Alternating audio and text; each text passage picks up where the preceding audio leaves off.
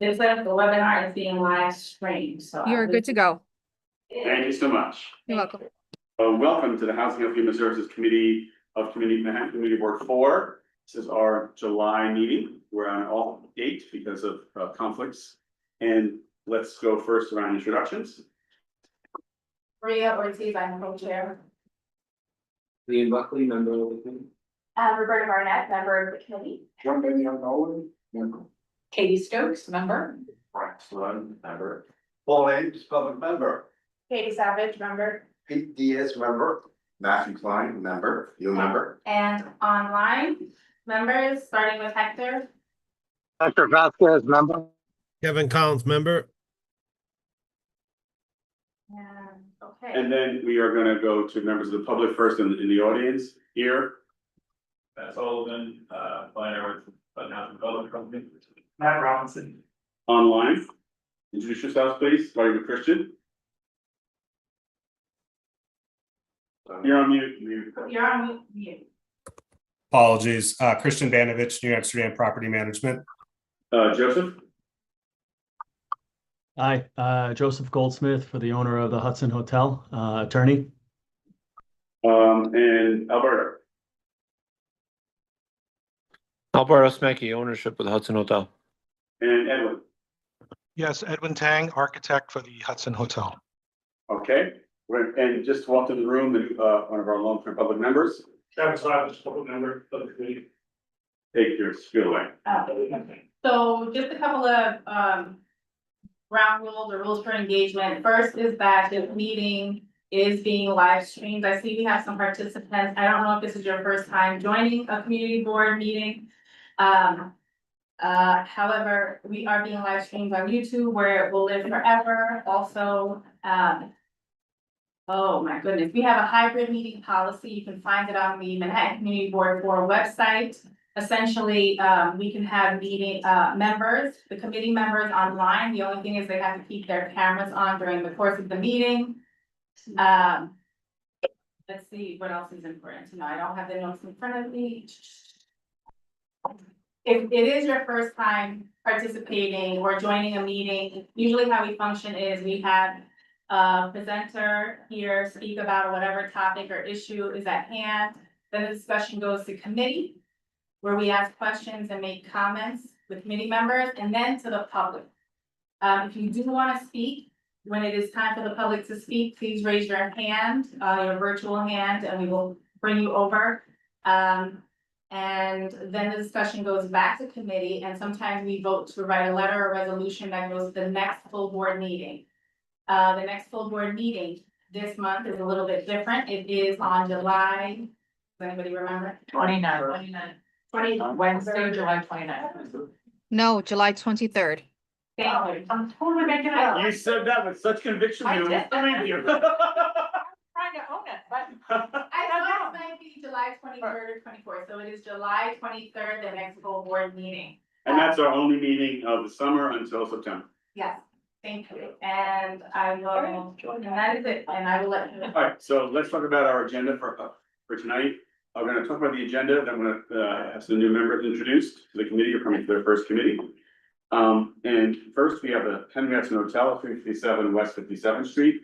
We have discussed this on multiple occasions, and tonight is an amendment to the plan that people are gonna be very happy about. Then we'll have an update and report from the owners of 308, 310, and 318 to 338 West 340 West 49th Street, trouble buildings that we talked about also, about 2 committee meetings ago. And then we're gonna have some quick new business, which is just an update on the prep for the town hall meeting regarding Chelsea NYCHA, which is next Wednesday, July 9th. At 6 p.m. at PF 33. Yes, so again, we'll talk about that. We had a special meeting about Chelsea NYCHA last week where we talked about it, but that's when it's happening. It's a special meeting and it's a town hall that is being conducted by the board with our elected officials or their reps. So first, let's go to new committee members. Welcome. And we're going to introduce our new committee members. Tell us a little bit about yourself, who you are, where you came from, where you live, why you're on the board. Matthew Klein. I live in London Terrace Towers, not too far away. I'm the board president of London Terrace Towers. also a delegate to CCDA. Just And then the towers is the co-op portion. the towers is the four corners of the, it's the co-op version. When you say CCDA, can you just Yeah. say what it stands for? What's that? Be careful of acronyms because we spiel on them all the I time. know what they are, but. Chelsea Community Board Association. Fuck it. Shut coalition. Coalition of Boards. Council of Block Association. Yeah. If now there's. You know, it's funny because we never. Right, of course. Yeah, so I'm happy to be on the board. I'm proud to be on the board. I'm looking forward to helping make and keep this community as great as it is on their CB4. So thank you for having me. Brian. Hi, Brian Sloan, moved to the CB4, live in Chelsea. I have 3 kids, from 9th grader, 6th grader, and 3rd grader, I think that's right, and, great to be here, thanks. What's your background? What do you do? I work in technology, I've lived in New York, since 1998, in Chelsea since 2002. Let's get that. Let me ask you, what do you do? I'm what's called a manufacturer's representative. So I represent mostly factories in China. That make consumer products and I import that to retailers here in the United States. So, but at least I did that up until Couple days ago. Celebration, whatever you want.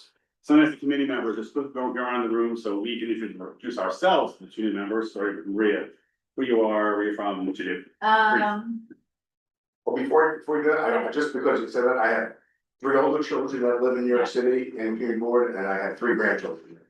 So my whole Okay. family lives here in New York City, very close to. Party of 10. Yes, so I have a lot to agree for that. Yeah, so welcome Matt and Brian. I spoke to both of you. We're missing one member. Lily Ortiz, born and raised in Chelsea, Hell's Kitchen. Raised my son in Hell's Kitchen. He's almost 20. I know I look like I'm 21. Indeed. I work in the community. I love what I do. What do you do? I am a psychotherapist. Officially a clinical social worker. I'm so excited about that. And yeah, short and sweet, that's it. Great. Oh, thank you. Amazing. Hi, my name is Rachel Lee. I am an attorney by day, proud community board member by night. Originally born and raised in South Korea, proud immigrant, proud New Yorker, resident of Hell's Kitchen. Nice to meet you. Hi, Joe Restucci, I'm the executive director of Clinton Housing, or a not-for-profit housing organization that develops affordable housing in the neighborhood. I'm a 46-year resident of Hell's Kitchen and been deeply involved in community activities and programs and issues since 1980. Hey everyone, Liam Buckley. I'm a press communications aide to Governor Kathy Hochul. I grew up in Hell's Kitchen, lived here my whole life. Went to elementary school here, went to high school in Chelsea. Yeah. Hi, I am Roberta. I live in Chelsea. I am like a New Yorker, but more recent, kind of like to the neighborhood. I work in affordable housing policy, specifically on the legislative side At the state. at the state. Sean Daniel Nolan, I'm resident of Hell's Kitchen since college. Off and on, I'm a playwright, a writer, and the chair of the musical comedy committee of many community board sessions. The new members don't know what that is. I don't think that's on that. We want you to, yeah. Should we go back first? Right. Hello, I'm Travis Rogers, Hell's Kitchen resident since 2011. I'm Senior Vice President of Organizational Culture and Inclusion for the largest youth services nonprofit in New York. Awesome, a reformed attorney.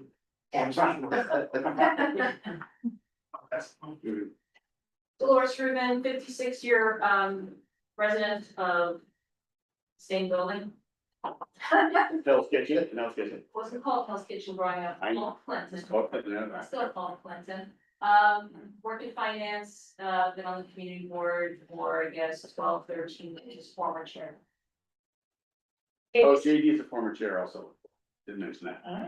There you go. You have a new one. Katie Stokes, retired lawyer, lived in the same building in Chelsea for the last 27 years, the 28, I think. We don't believe in change in our family. Not into it. Raised 2 kids in the public schools here and have been involved in community volunteering and stuff since about 2004. Paul, Paul Ames, I've been living on Lovely West 50th Street since 1981 in a small 137-year-old tenement building that's been successfully self-managed, and some of it's due to Joe DeCiccia. People like it. I had a nice 40+ years as a working actor, and now I sort of spend a lot of time keeping assortment old buildings from falling down, both here and in New Jersey, where my family is from. and look for the Ben Franklin commercial and you know Paul. Yes. Kate, Hi, Katie Savage, 21-year resident of Hell's Kitchen. I am deputy editor at west42ndstreet.com, Hell's Kitchen-based media outlet. Also founder of Litter Legion, a nonprofit organization that does community cleanups in the region. Pete, Hell's Kitchen resident, so for 44 years, I've lived in just about every borough, except Brooklyn. I'm a swimming instructor. I teach babies, infants, and toddlers, and special needs children. I was a contractor at a corporation, did private corporate nonprofit accountant, and sit on various nonprofits, their boards that make things happen for the community as well as the state of New York. online, Hector. Evening, everybody. My name is Hector Vasquez. I lived in Chelsea for over 30 years, originally a resident of Elliott, Chelsea. I moved here to Fulton several years ago. I'm a member of the Fulton Tennis Association. I'm also a disabled veteran. I also, more importantly, have raised 2 children in Elliott, Chelsea, and in Fulton. They thrived, so I'm pretty proud of that. I'm happy to be here tonight. Thank you. We're gonna end up with Kevin Collins. Hey, everybody, and a special shout out and welcome to the new members coming on board. Look forward to working with you. I was born in Inwood, the most northern part of Manhattan, but always wanted to live in Hell's Kitchen. I had a job where I lived in different parts of the country for a while, but came back and moved into Hell's Kitchen in 2001. I've worked with healthcare unions for many, many years, former executive director of a physicians union, do a lot of volunteering right now, and I'll end it there. Thanks, everybody. So I think it's good that we did this because you get a good cross-section of who's sitting across from you to understand what's going on. And then tonight we have one project that has been with us for a very long time, and the second one for a shorter amount of time. And then the third will give a quick update about some process issues with the town hall for next week. So we're gonna start with Hudson Hotel, 57 West 57th Street. I would say that this building in various different guises has been on the agenda of the community board for Dolores 20 years, at least. It predates me. Yeah, 25 years. It was an SRO that was converted to a boutique hotel that had a large club in it that was incredibly disruptive, and not for a moment, like for 5 or 6 years, right across the street from a 650 unit co-op. So imagine how that went over. It was then, run by, there's Studio 54 guy, Traeger. It was one of those super high-end boutique hotels. Now it's been purchased. Alberto, when did you purchase the building? Alberto? May of 2022. In 22. Yep. It was closed after as a hotel after the pandemic. The owners came in, and through a series of very unfortunate events, they began to do construction. And in fact, there were lots of problems with tenants in the building and the way construction was being done. When eventually the construction was stopped, the owners were required to file differently at the Department of Buildings. And in order to meet a filing requirement, they had to go to HPD to get a certificate of no harassment. One of the basic tenets of our special zoning district is that if before you do a major alteration or a demolition, you have to go through a public process, advertise to determine if there was harassment on the property. And in fact, after that investigation, harassment was found, basically due to the construction that happened in the building and the way in which it was done. And then the owners are obligated to do what's called a cure for harassment. In that cure, they must provide 28% of the floor area of the building to be altered or demolished for permanently affordable housing. If it's a development site, it's 20% or whatever is greater to 28 or 20%. These owners have come to our board on multiple times along with tenants. In this room, we've had like 25 tenants, at least maybe 30 tenants who were very concerned about this, going through the cure process. And one of the very specific issues that our board struggled with and asked the owner to go back and look at and change is that they were mixing a combination of regular Class A apartments, meaning apartments that we all live in, and hotel rooms in the same building. And this came out of a very specific reason, that there was a line of windows along one facade of the building that were there since the building was built in 1922 or something, but they're on the lot line, so therefore they could not be relied upon for ventilation. But because they were hotel rooms, they could be grandfathered in. So the owner is coming back to us, and I'll also, after we're done with this portion of it, I'll give an update as to where we are with the tenants. We've worked heavily with tenants to get everyone, owner and tenants together. So, Edwin, if you could tell us, and ask Nellie what drawings or what you want to put up on the screen to talk us through the changes that you are proposing and where you are in the process with HPD. Sure. Hello, everyone. Good evening. I'm going to share my screen and put up the drawings as well as the cure tables, which show the distribution. Yes, right. If you would let me know if everyone sees the screen. Yes, we can. Yes. Okay, great. This is just the title page of the drawing set showing the current facade, which was redesigned from the Hudson Hotel facade.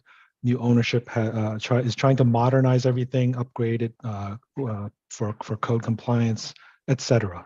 So as Joe mentioned, recapped, the amendment in this presentation is focused on a line of apartments starting from the 4th floor and up that previously relied upon lot line windows for hotel rooms, and the buildings department very clearly said, if you are going to convert them to residential use, you cannot use those windows, or you need to work with your neighbor and record a light and air easement. The neighbor refused, so ownership has tasked us with redesigning the units to not rely on those lot line windows. And I'm going to zoom in on the screen a little bit. Can you first give us just orientation, north, south, Sure. east, and west? We know where you are. Sure. Let me start with the ground floor just to orient everyone. So the right side of the plan is West 58th Street. The left side of the plan is West 57th Street. So the entrance says as you see here, this is the future residential lobby. And then there is an existing double door entrance, which is intended to be a service entrance. Both of them lead to the elevator bank, the 6 elevators in the elevator lobby, that's all existing. So that's where everybody is going to enter. Currently, the SRO tenants of the building they do have another dedicated SRO lobby on West 57th Street. The intent ultimately is to preserve what the tenants are comfortable with and request it to be maintained, but everyone is welcome to enter from the general residential lobby. There's no separation of any kind between SRO tenants, regular tenants, and the future affordable tenants. Everyone enters to the same entrance on West 58. And just so everybody remembers, the buildings between 8th and 9th Avenues. Correct. 8th and 9th mid-block. To the top and bottom of the plan are neighboring properties. So on the top, there's one more corner property neighbor, and beyond him is 9th Avenue. So that's where we are. The rest of the plan on the left of the retail space, that's a different condo owner. That's not part of this project. But I'm showing you the ground floor on purpose so you can see the residential lobby. And as I was saying, the lot line windows begin on the 4th floor.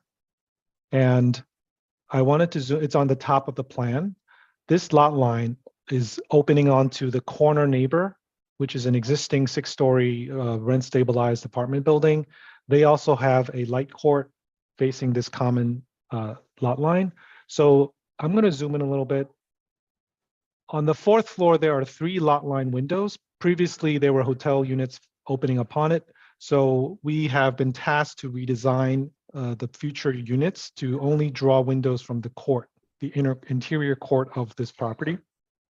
So the hallway is now rerouted along those lot line windows. So the lot line windows will only serve the public hallway now.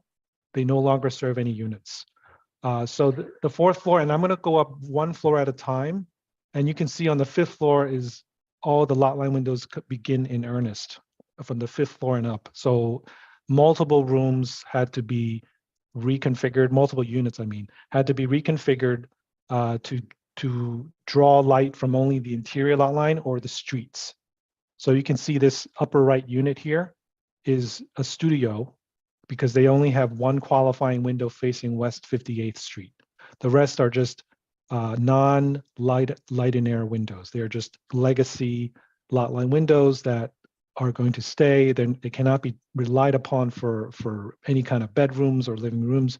And all the spaces there are the allowable windowless portions of the unit. So there's a walk-in closet, a dining bay, a kitchen area, a bathroom, and then the living room is using the West 58th fronting window for light and air. So let me just stop you for a second so people understand clearly. Bathrooms and kitchens do not need exterior windows. They can be ventilated. Correct. Closets, of course, not, right? Correct. And then when you walk in, that's entrance with the kitchen.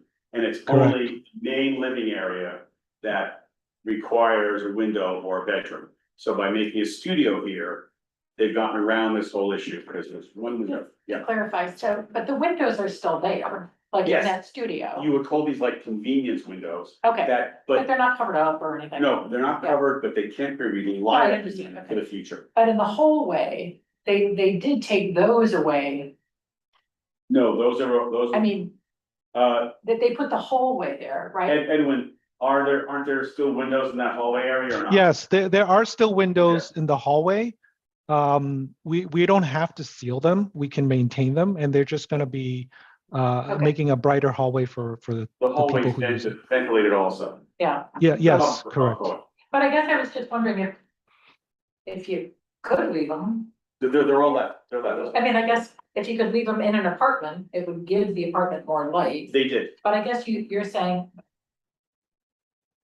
for those, but you also needed a hallway, I see, so that's why you put the hallway there. They shifted the hallway from the core to the west. Say that again? The hallway was lower. Yeah, the hallway used to go straight and then turn. Okay, yeah, got it, okay, Yeah. yeah.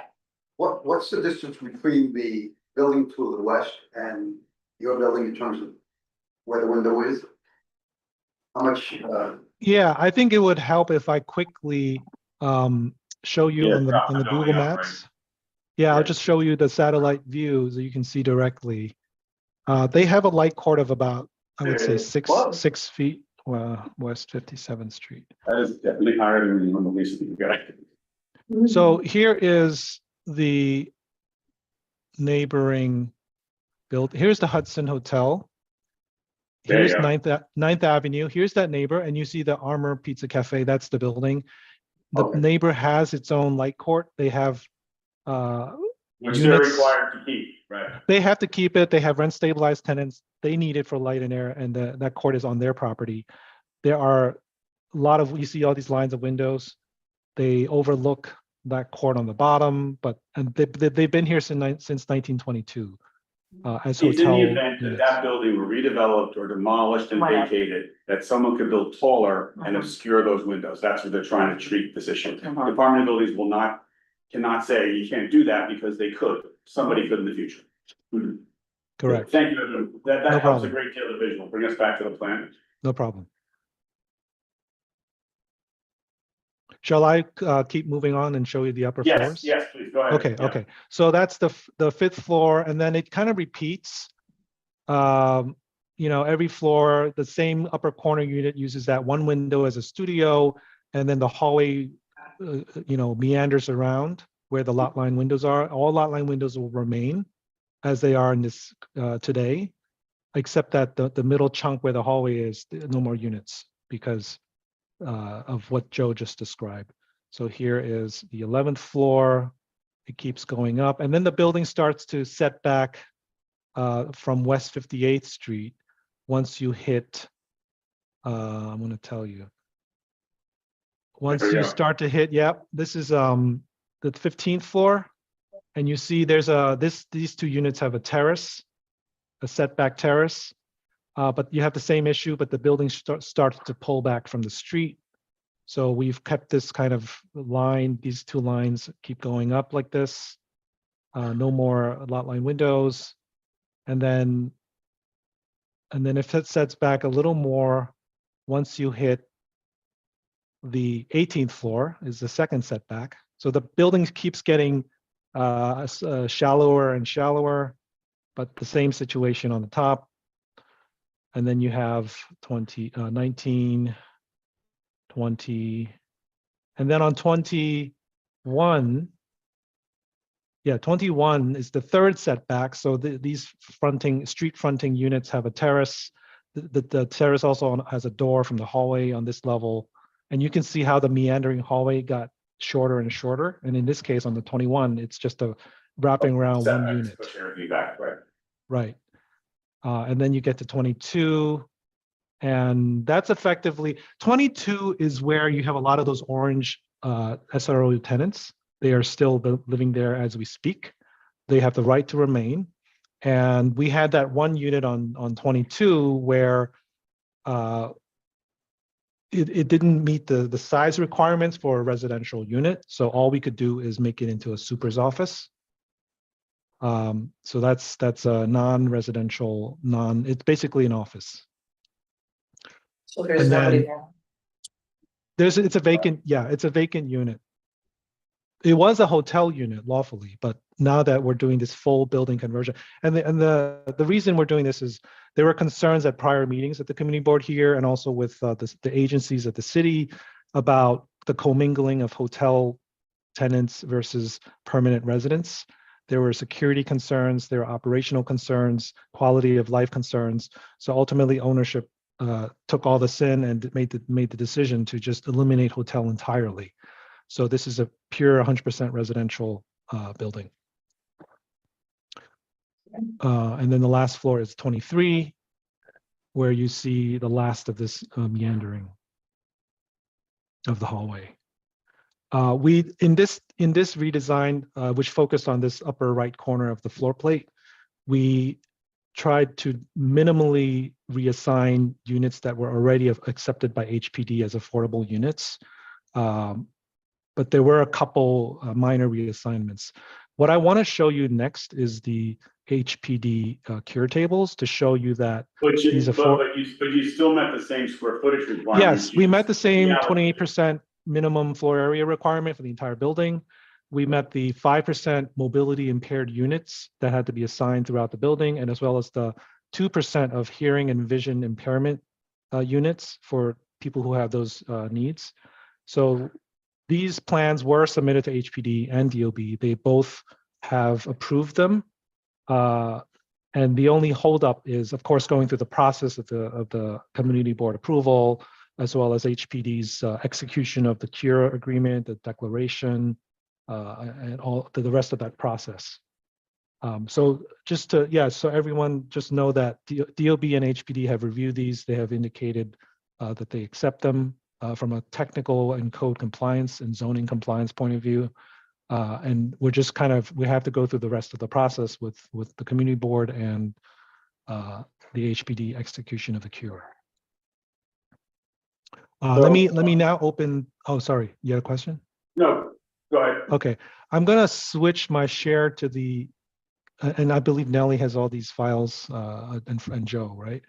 I'm gonna switch to the cure tables that were submitted to HPD and also approved, so you can see the distribution of the affordable unit assignments. So this is the chart for vertical distribution. So you see the floors on the left column showing, from top to bottom, with units beginning on the 3rd floor and going to the 23rd floor. So you can see every floor has affordable units. We're not allowed to bunch them up in a certain few floors of the building or certain portions of the floor plate. We have to spread them out so that there's no discrimination or any kind of separation between affordable units versus market rate units. So this is the vertical chart. Every floor will have affordable units. The next tab is the horizontal chart. So you can see we tried our best to sprinkle them and not have any floor have too much of a proportion of affordable versus non-affordable. So we did our best. I mean, they're not identical. Some floors have, 20-something%, some floors have 40%, but we did our best to spread them out given the constraints, and the constraints being certain floors already have SRO units. Like, for example, 22 has a lot of SRO unit tenants already there, so we can't really move them without their consent. So we worked around them and worked with them and ultimately tried to balance the distribution throughout every floor. The next tab is just the distribution of units that we're required to provide. So half of all the affordable units have to be 2 bedrooms.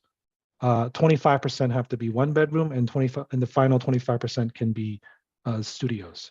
So the number of units are 138 total affordable units, 69 of which have 2 bedrooms, 35 of which have 1 bedroom, and 34 of which have 0 bedrooms.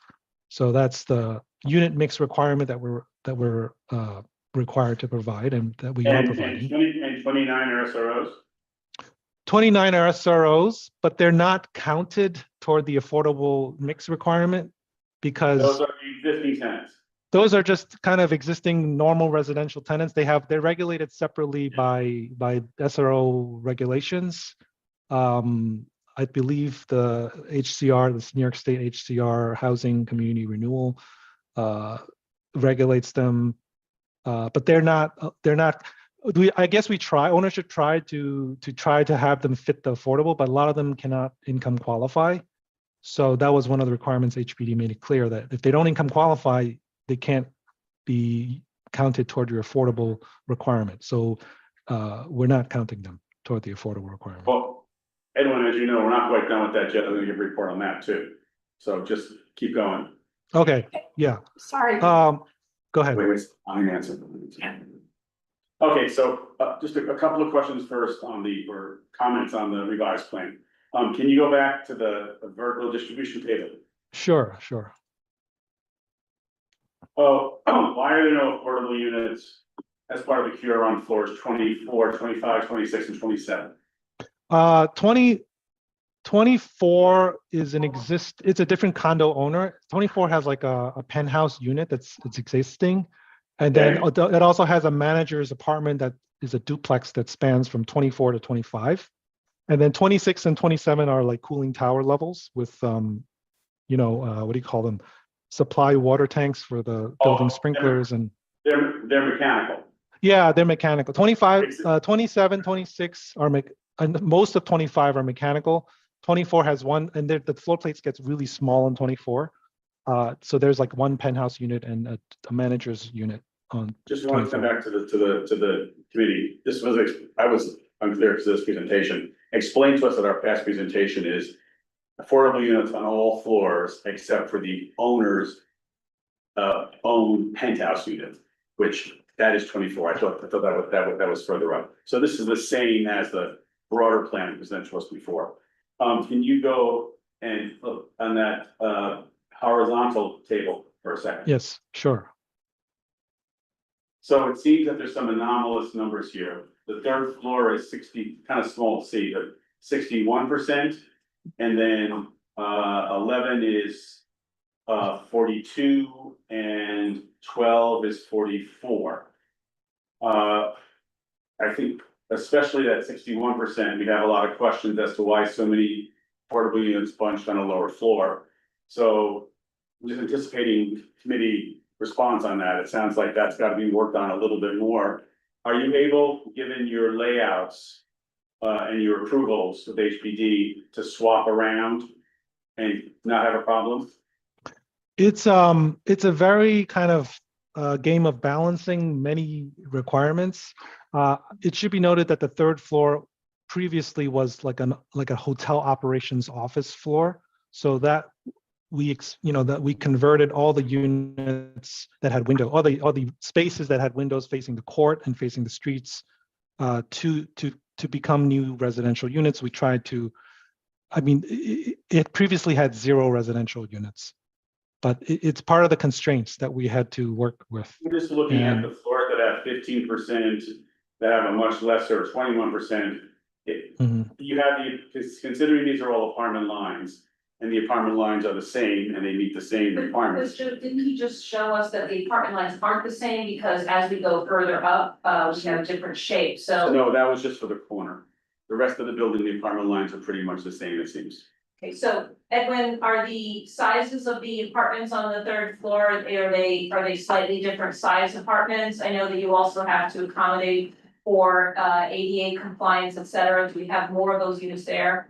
The ADA units are throughout. And I'm just checking. Yeah, let me bring it up so you see the floor plan again. So I'm going to go to the third floor. I would say they are a module. There is a similar module. You'll see like this is a very typical 2-bedroom module. The living room is in the middle with kitchen, and then the room on the bedroom 1 and bedroom 2 left and right. There's 2 bathrooms. They're facing the court. So I would say design and layout wise, they're very similar. Like I'll go to the 4th floor. You can see every unit facing the court going up the building is a very similar 2-bedroom module with bedroom 1, bedroom 2, and 2 bathrooms. So it's not like we're making them different. They are very much the same for, economy of construction and economy of scale. So and you really all the apartment finishes are the same in every unit. Yeah, so and no distinction. Exactly. Appliances, kitchen, everything's the same. For the benefit of those who haven't seen this before, the blue dashed outline units are the affordable units. So we this because it's a clean floor to begin with, there had the least constraints. We tried, and it's a whole building balancing act. So this floor ended up getting a higher percentage of affordable, but we very much tried to sprinkle them in, so you can't really tell which are affordable, which are market rate. And additionally, you have half of that floor dedicated to bike rooms, so which is That why is the true. percentage goes up. Yeah, because overall there's less units on this floor because on the 3rd floor, there are no windows facing here. So the only use of these spaces. 3 bike parking rooms. Yeah, it's a zoning requirement based on the number of units. Yeah, we have nowhere else in the building to put the parking. So anyway, the percentages are still the percentages. If you could just look at, we're not gonna ask you to go back to DOB. Thank God you've gotten through that process to make this change. But on the HPD side, it's really a matter of where those blue dotted lines are, if the modules are all the same, to try to get a little more balance here between not gaining so many units on one floor. But Joe, people may prefer to be on 3rd floor rather than on the court facing into the dark. Oh, I see what you're saying. So that's the problem. Yeah. So let's go around the room for questions, and then we'll talk about the relocation stuff and the things we talked about before. Katie Savage. Just question, so your concern is on this floor, that there's too many of the affordable units are facing the court? It's mostly in any development we've done with either pure or inclusionary to make sure that distributed fully throughout as opposed to gaining one place or another. And in this case, it seems as if there's more here to figure out how to make it more balanced. Yeah, but when you look at it on the plan, it doesn't feel like it's 60%. It's. What's that for? Edwin, why don't you count the amount of units that are on 3 and then 4 and then 5? Yeah, I think in order the to just compare table. them. Yeah, the table tells the story very clearly. because it's math, right? How many units on the floor, how many are affordable, that's your percentage. So the third floor here has 13 total units, right? Of which 8 are affordable and 5 are not. So with such a small total number, one skewing it by 1 makes a big percentage jump. Right, you have floors 19. And Joe, 18, if you look at floor number 6, right? So in floor number 6, you have the same amount of eight IH units, but it's 32% because you have 17 free market. The problem with this floor is not that we're putting more affordable units on this floor. The problem with this floor is that we don't have enough market rate units because we gave those up in order to put bike rooms. But if you see that floor has 8 units, it's similar to that, the 6th floor, and then the upper floors. The only reason why that percentage goes up is because we only have 5 free market units, because we're giving them up. We're giving the free market units up to the bike room. Well, the bike rooms are a requirement, but I'm looking at floor 14. It's 3 IH units versus 16. I think because you have the modules being the same, we'd ask you just to look at this to balance a little more, not to make it perfect. Nobody ever wants perfection here. That's not what we go for. And you've been down a very tortuous path. And we really appreciate that you've gone rid of the hotel rooms. That's a major help here for overall building security. So if we can look at that, and we know that it's not going to be an issue with HPD, because if the unit is the same on floor 14 versus 10, it's the same square footage, it's all going to work out for you at the end of the day. Other questions from the committee? Katie? Curiosity, what's the size of the SRO units? Square footage? Yeah, yes, the size of the SRO units. I'm gonna switch back to the plan for a second.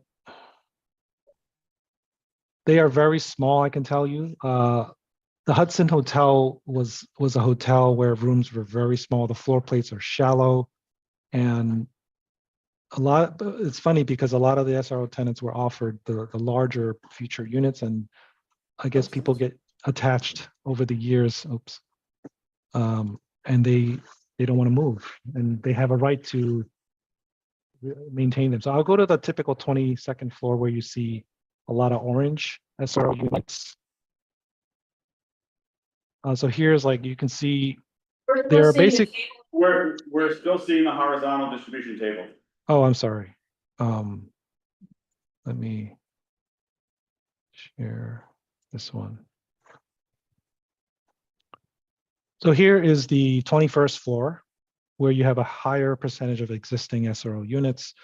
So you can see they are normally like 2 bays or 2 windows each, sometimes 3. What's the approximate square footage? I would say it's going to be around like between 300 and 400 square feet. And do they include bathrooms? Yes, they all have bathrooms and kitchens. Yeah, 200 to 300 square feet with bathroom and kitchen. So that's a very tiny. That's good. That's good size. That's a tiny size, friend. Well, I live in the. I know where you live, but tiny. Very comparison, something. Yeah, Katie. I was just trying to understand, Edwin, because you said that the SRO units are not included in the affordable housing numbers. Can you just go back to the list of like what's on the 22nd floor, or like? Yeah. The 22nd floor here, this is probably the highest I'm sorry. concentration. No, the table. Literally, yeah, Oh, the table? Okay, no problem. Sorry for just switching. trying to understand if that table right includes the SRO units or not, and it sounds like you're saying it doesn't. It doesn't. We can't, because we can't rely on the SRO tenants' income qualifying per HPD, and with that uncertainty, I think it's just better to assume they're not. Those are in the group that says non-IH units per floor. So Katie, on a floor that has SRO units and market units, they're in the same bucket. Correct. They're in the same bucket. Oh, so the SRO units count as market rate units? Yes. On whatever floor they're on, is that it? Correct. Yes. So essentially, this whole plan has Yes. changed. We get more affordable housing because of the fact the SROs don't count as the affordable housing by the plan. So we actually we're getting more affordable Yes. housing units. However, Project. right, however, there's one thing that we have to talk about that's happened since our last meeting. Remember, the community board met with Goddard Riverside and the tenants to figure out how to do internal relocation. And finally, about a week and a half ago, Goddard came forth with a relocation agreement. And now there are a group of tenants that are actually engaging with Goddard to do that very internal relocation. Wait, hold on, I'm sorry, I want to make sure I understand what you're saying. You're saying a group of SRO tenants. Yes. Who are saying that they might be willing to move. So Investor Internally. indicated that they are interested very much in moving. And Internally. wanted to see the relocation agreement as developed by their attorney, Okay, not-for-profit Goddard Riverside. got it. And that's now underway and beginning to engage, right? So therefore, the goal is, and those people are income eligible. That was the issue. So there are people here who are income eligible, who want to move. There are people income eligible who don't want to move. There are people income eligible who want to see an agreement exactly first before they consider moving. And there are people who are not income eligible, right? Okay, it's a- so let me that's just, so then you're saying, I think. That if these people engage with Goddard and decide to move because they are income eligible. Then. Their current SRO apartment would become. It's a stay market rate. Because it's in the market rate bucket today, because they can't rely upon the tenants. Obviously, this is just a long-term process we've all been through in this, that's an hotel deal, right? But that would mean that in a way, to your point, Dolores, then we would end up with fewer affordable apartments. Because, No, fewer vacant affordable apartments. The number of Yeah, yeah. affordable stays the same. yeah, you're right, fewer vacant affordable apartments because they may be taken by whatever number. Yeah, and our goal was, when we met months ago, was to get the long-term tenants into the renovated affordable units at better conditions, better, Right. more space. Right. And that's where the community board and the tenant association and Goddard are pursuing that. And the owner has been very willing to do that. It's taken Goddard a very long time Okay. to pull the relocation agreement. Can you give us a sense of what the numbers are, like how many SRO apartments there are and how many people are income eligible? Sure, Spoken to so Goddard? there are 29 SRO apartments, correct, Edwin? Yes, correct. And how many of those are occupied? I believe all are, maybe ownership can elaborate if there have been any updates. Alberto, is it 27 or 29 occupied? I owe you that answer. I believe a majority of them are occupied. Maybe there's one or two that are vacant. So let's say for this discussion, majority are occupied.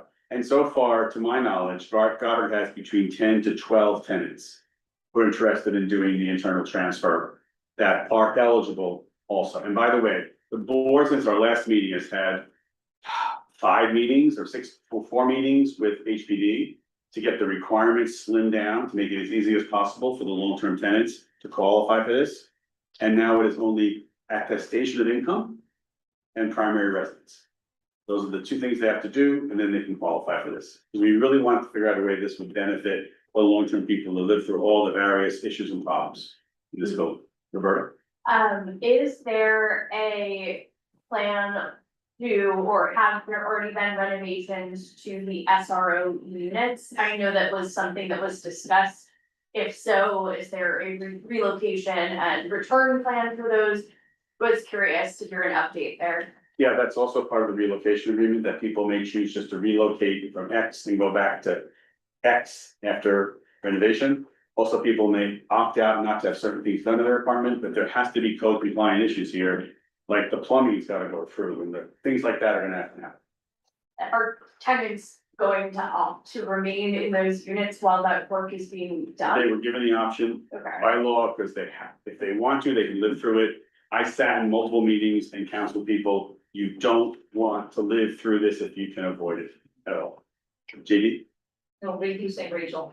Who's point? I'm sorry. No, I Oh, think, I mean, well, to echo Roberta's point, I think one thing we remember from the last presentation we had on this was, I don't know if you remember, Raul gave a very visual presentation about the very dire condition, right. situations of the units. So that's what I was gonna ask about is what, are the agreement or what are the updates as of that point, which was October of last year, it seems, we wrote a letter. Yes, yes. Asking them to address a lot of these urgent tenant needs, so just wanted to hear, oh, and Raul is here. Yes, he is. Raul, we missed you. Okay, so we'll get a report from Earl in a second. But one of the basic questions is, and this goes to Edwin, if in fact one of the long-term SRO tenants relocates permanently into a affordable unit, the intention for that space, which was an SRO unit, are you going to keep it as an SRO or are you going to renovate it in a different way? I think ownership would want to, upgrade it, modernize it into a legal residential unit. And with that change of occupancy comes required upgrades, like you said, for plumbing, fire protection, sprinkler, everything. So we'd have to bring it up to code. Make ADA ADA type B and type B plus NYC. They call them type B plus NYC bathrooms for persons with disabilities if needed.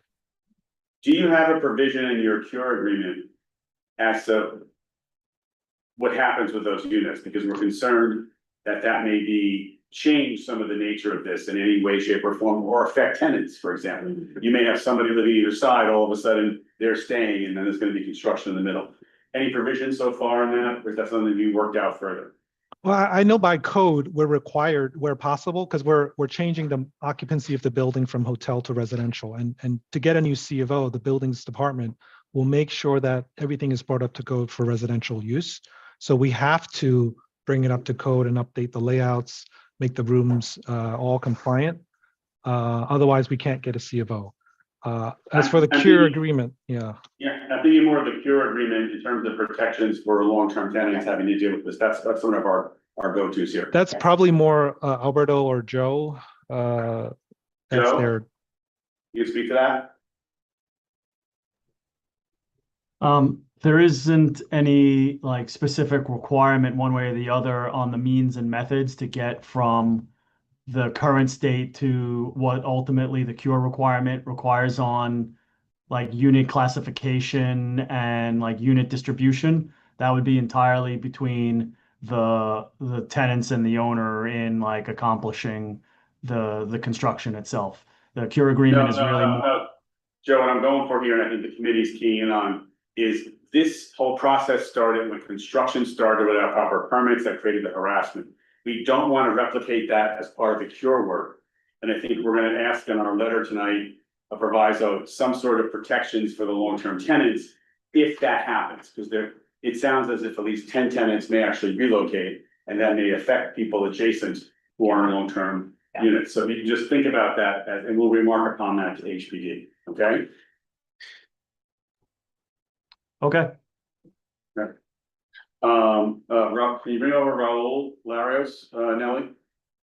Raul's a former board member, committee member, and he lives at the Hudson Hotel. He gave us some updates.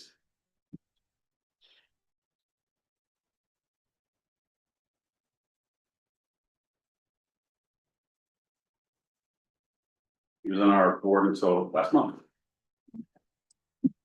Raul, you with us? Nelly? Yes, I moved him over. He just has to unmute.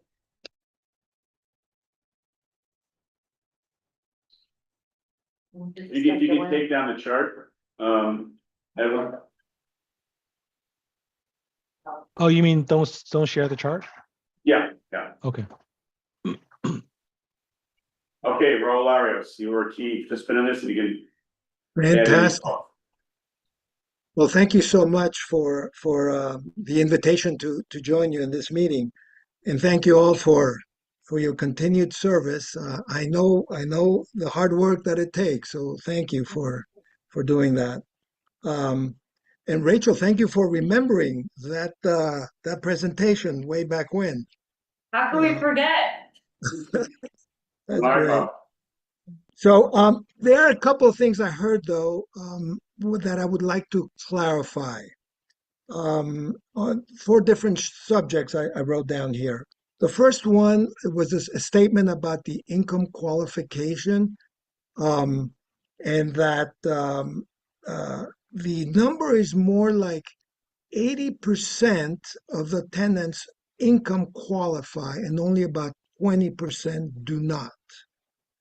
Of that 80% that do qualify, there is a lot of hesitancy about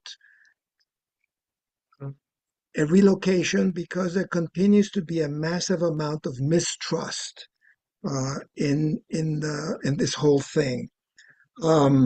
We have yet to see any documents of what the tenants who income qualify would have to sign. We have not yet seen the lease. We have not yet seen anything in writing in terms of all the promises that were made, such as that their SRO status and rents would be protected, that the leases would be that the rents would be permanent and not subject to the rent guideline board's increases every year or every 2 years, that the lease would be recorded against the title of the building. So we haven't seen any of that. And because of that, only a third of the tenants who income qualified have moved forward in informing the Goddard attorneys that they're willing to move forward and look at at that lease. We are still waiting on that document. I understand there's a draft. Yes, but we have Raul, not I yet wanted seen to it. note that those documents are not being produced by the owner. They're being produced by the tenant's attorney, God in Riverside, and those just appeared a number of days ago. I'm confused. So I'm sorry, so the tenants who have agreed, they've agreed, but they haven't seen the documents yet. Is that what you're saying? That is correct. We haven't yet gotten the draft documents that would spell out, the verbal process. They've agreed in principle, Verbally. subject to draft. In principle, subject to the draft documents. Gotcha. And Raul has said that other folks, after they see the documents and the leases and all these provisions are about taking your SRO legal status as a Class B tenant and transferring it to your new unit, which the owner has indicated they're willing to do. So others may join. Others may join, correct. Is there a deadline to do this? Can I be blunt, Raul? Yes, please. It took God of Riverside way longer to produce the document. And I will say, give people some hope. I have the document in my hand. Now, that's the first part of it, but it's been very odd that it would take so long to produce this because in 2 months. From the board, we gave them sample documents to work from to modify. So I think that we're at least Raul at a point where now there's something that can be reviewed. And then all the attachments, like you mentioned, about the leases and the hotel stabilization being transferred, which we know has been done in many buildings, can happen. So again, my question, is there a deadline? In other words, is this open-ended or do they have to know what a certain? Well, this owner is now in front of us for the modification. HPD definitely wants tenants to participate. They like this to be a win-win for everybody. And I can say, Raul, HPD has been flexible on pulling back the requirements. Like that was this board and Councilmember Brewer, that took about 3 meetings, maybe 4 to have them agree. And Goddard has been the holdup. So yes, it is right now. It is Goddard has been the holdup. We've been waiting for 2 months. Not the owner for the first time, not the owner. Yes, not the owner. It is not the owner. And I'm sure that the owner wants to get this done as quickly as possible. And so do the tenants, because we continue to live in very difficult situations. We want to get this for this to move forward. Very anxious to get this to move forward. The other thing that I wanted to clarify was this thing about someone made the statement about that there was no interest in permanent relocations. That is actually not correct. Those who mentioned about that third that verbally said, yes, let's do the temporary relocation, they would be interested in the permanent, but we have nothing to look at. in other words, right now, since the building is internally demolished, all we see is empty, demolished space. So no one said, well, what would I permanently move into? And that's why that third has not yet committed to even a permanent relocation, only to a temporary. I am sure that once, well, I can't guarantee it, but I'm sure that some will want to move from their SRO rooms into a nice new Q unit. Right. To see One or something. two bedroom There's apartment, no right? model rooms. There are no model rooms right now. The whole building is internally demolished. And, No- and Raul, the thing is that now that we have a new set of amended plans, if you haven't seen those already, Jesse from the board office will share them so you can see them. Because these are now the plans that have both been approved by both HPD and DOB. And the big news we bring tonight is there's no more hotel rooms going forward, which helps on the security dramatically. Absolutely. Absolutely. We're really pleased to hear that. Another clarification I want to do or make is that someone asked about the number of SRO units. Um, and the number was thrown around 20, 28, 30. Actually, the number of SRO units the day before the owners bought the new owners acquired the building was 56. There were 56 SRO units. Occupied, 20, I'm sorry? occupied, Okay, occupied, there were 29. 7 were vacant. Those 7 vacant ones were people who died during COVID, during the pandemic. And then 20 of those 56 were demolished because they were vacant. They were fire. vacant, and no one was living there. They got demolished. The 7 that were technically vacant was because they were occupied, but they died because of COVID, and they were not demolished. So, so So our current just to SRO clarify that, population, our current SRO population is 29 occupied apartments today. Is that correct? it's actually 30, but Oh, two tenants have passed since Mr. Smekey bought the building. So it's actually, I believe, 28 that's what I occupied. thought.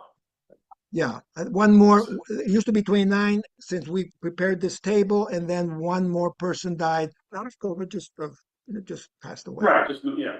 So we're talking about 28 folks that we're trying to help accommodate in this plan. If they want to, after they've seen the documents and they feel secure, that it protects their rights. And the major issues were that hotel stabilization gives you one set of rights versus rent stabilization, and that was a key thing. And in many other SRO redevelopments, we've been able, the God of Riverside working with SROs, has been able to have both be portable to the new Right, to unit. preserve them, yeah. To preserve them, so people don't get less rights, which makes sense, to settle. And then, the rents, therefore, they would take their rents also. So that's very key, and people are not paying $2, people are paying a lot more in this kind of building. You would not think so, so in SRO, it's just a wide range of rents. That is correct. Yeah. And then one other theme that has not been covered. I had it's the issue of the right sizing. I was wondering. There are at least 6 families who have lived here many, many years, and they have outgrown their little room. They either got married or had children or have guardianships or whatever. So there's definitely 6 families that have outgrown the room, and uh, and and they would be eligible for the HPD's approval to right size them. As long I as their think income eligible. as long as they're income eligible, correct. Um, and I have not. I'm very anxious to see the documents about that. I think Mr. Tang knows who they are. My wife happens to be one of them. She was here originally. And then when we married, I couldn't convince her to move down to Miami Beach. So I moved up to New York. And we've been in this little room ever since. We are eligible for right sizing, and I'm not seeing it. So the good news is in the table, there are units of multiple sizes and multiple bedrooms. So as we now get tenants engaged with the relocation agreement and feeling comfortable, that once people say, yes, this set of principles and this document works for me, the next thing is to match people up for apartments. And I'm certain Alberto will be working through that step by step, correct?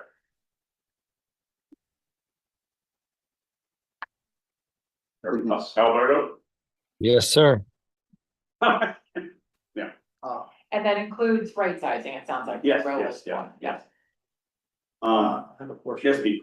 Out of curiosity, how long have those vacant units been, vacant, time-wise? The 20 or so vacant, SROs, They're demolished, Pete. They don't exist anymore. how long have they been demolished prior to the pandemic? Was that during the pandemic, or they've been that way for the longest, or? Raul, when was the demolition? I think, if memory serves me right, the building was bought sometime in May of 2022, was it? And within a month or two or three, they proceeded with the demolishment. Sometime in 22 or 2015. Yeah, So and then those- in that demolishment, those units were demolished. The other 7, which are now vacant, were not demolished because at that time people lived there. Yeah, I'm just But curious, since then, curious they about the length of time that those units were vacant. We're just sitting there doing nothing without any occupants. Well, Pete, one of the things that happened is, remember, the whole building closed down after the pandemic, and then he went to sale. So like the whole operation SRO different owner / hotel became vacant, except for the group of tenants that until the remaining occupied units. And then anything that was vacant, as he noted, in that one period, were demolished in 22 or 23. Yes, Laura. So Joe, what we're hearing here is a lot of response to not only what the community's been asking for, but Yes. what makes sense for this developer. Moving to all housing solves a lot of concerns for this 100%. community entirely, and also for the people who already live in this building. So I think that's a win for us. I think what Edwin showed to us is they solved for the problem that they required for where windows can be. They've solved for that by reshifting some of the shape, and that's great. So we got that solved. I know, Joe, you brought up the concern about some of the concentration of some of the affordable units, the lower levels. I think to Kate Savage's point, I agree. I think that these percentages seem large because of the number of units, but I don't know that I am not uncomfortable with what's been presented. So I know that they've done the math, they've done the work, they've shown across that entire table, it's a large building, that they really have sprinkled across most of the building affordable units. So, I mean, I think that work that's been done was to check in a very important box with both DOB and HPD, and I think they've achieved that. And I would like to see this move forward. I think all of us would like to see this move forward. And I think that we also have seen that they have accommodated a lot of the concerns that have been brought up by the community at large. So there's a couple items I took notes on. One is, as in the distribution, I noted, modify the distribution somewhat, so not to quantify it, take it apart. Second thing is, how, to moving all to housing as opposed to hotel. Great win, commend them, thank you so much. One of the open items to identify tonight is how to protect existing tenants from the future existing SRO tenants from adjacent construction. And we want something about that in the cure agreement, because we don't want to be down this road. We're not down this road again when they're doing construction for the cure. And the last one is to encourage tenants to now review the draft relocation agreement and encourage the owner to work with the tenants once this is settled to get right sizing of people, to get as many long-term tenants as possible as part of the cure. Does that sound like a broad? I think the one thing that I would add would be the like need for some degree of urgency on behalf of I think owners have, but on Goddard's part, I mean, I assume the owner has like a great sense of urgency given the financing of the project. But for all actors to move this forward, both in order to get people into these homes faster, faster. Yes, but also because the further this gets delayed, it potentially jeopardizes this remaining housing because it is still, my understanding is it still could be utilized for hotel occupancy. And it seems like the owner wants to move forward with housing, but they could, if this took too long, the financing didn't work out, they could revert to hotel use. I just wanna note that the fact that the tenants are brought on to hold up, the owner created a situation and we created a whole problem. And they're out of this now, and we thank them for working with us on this, because they really have moved from a bad player to a let's work it out player. That's really want. Sorry, to Roberta's point though, just. Sorry, I'm not. I know, but and I'm actually, you can talk in a second, Mr. John Daniel, know the other former chair. You can speak. Just to elaborate on Roberta's point, is there a deadline? In other words, do the tenants have to make a choice at a certain point, or is it totally open-ended? JD, we have no deadlines, because this agreement literally came like a week and a half ago, okay? And we're now gonna engage with it. HPD has worked with this board and the tenants to try to come to a solution that everyone feels comfortable with. I do not believe that HPD, if all this time, is gonna rush ahead and leave these tenants behind, because they wanna work it. Now, Alberto Smecki really wants this thing done, so he's relying also upon Goddard, the council member and this community board, to push the other parties along with the process, which we have been trying to do. So, but they can't start until they get that solved. No, they're in the final version now, asking for final comments from our community board, having modified the plan, because the plan was different when we saw it. So just the timeline is, we're gonna do something tonight. It's gonna go to our July 25th.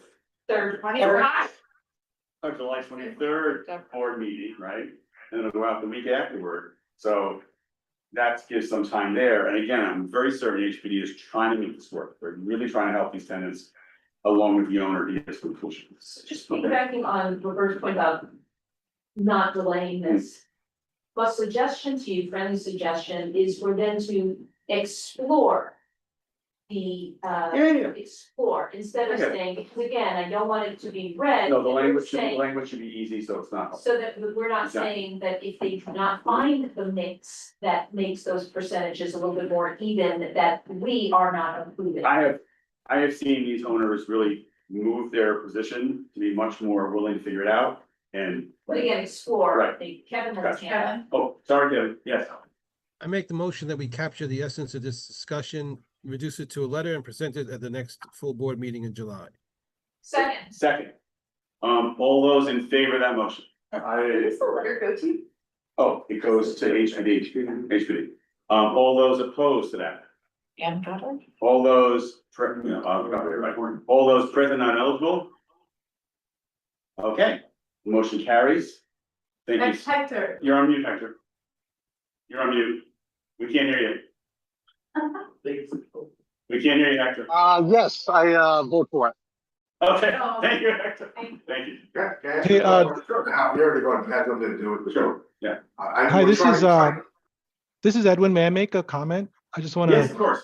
Yeah, regarding the distribution, we worked with HBD. It's a very, complicated balancing act, and ultimately HBD was okay with the distribution. I know there's one floor that's an outlier as far as the percentage, but to reassign units again, we would have to go back to HBD and. Hector, whatever we have to do.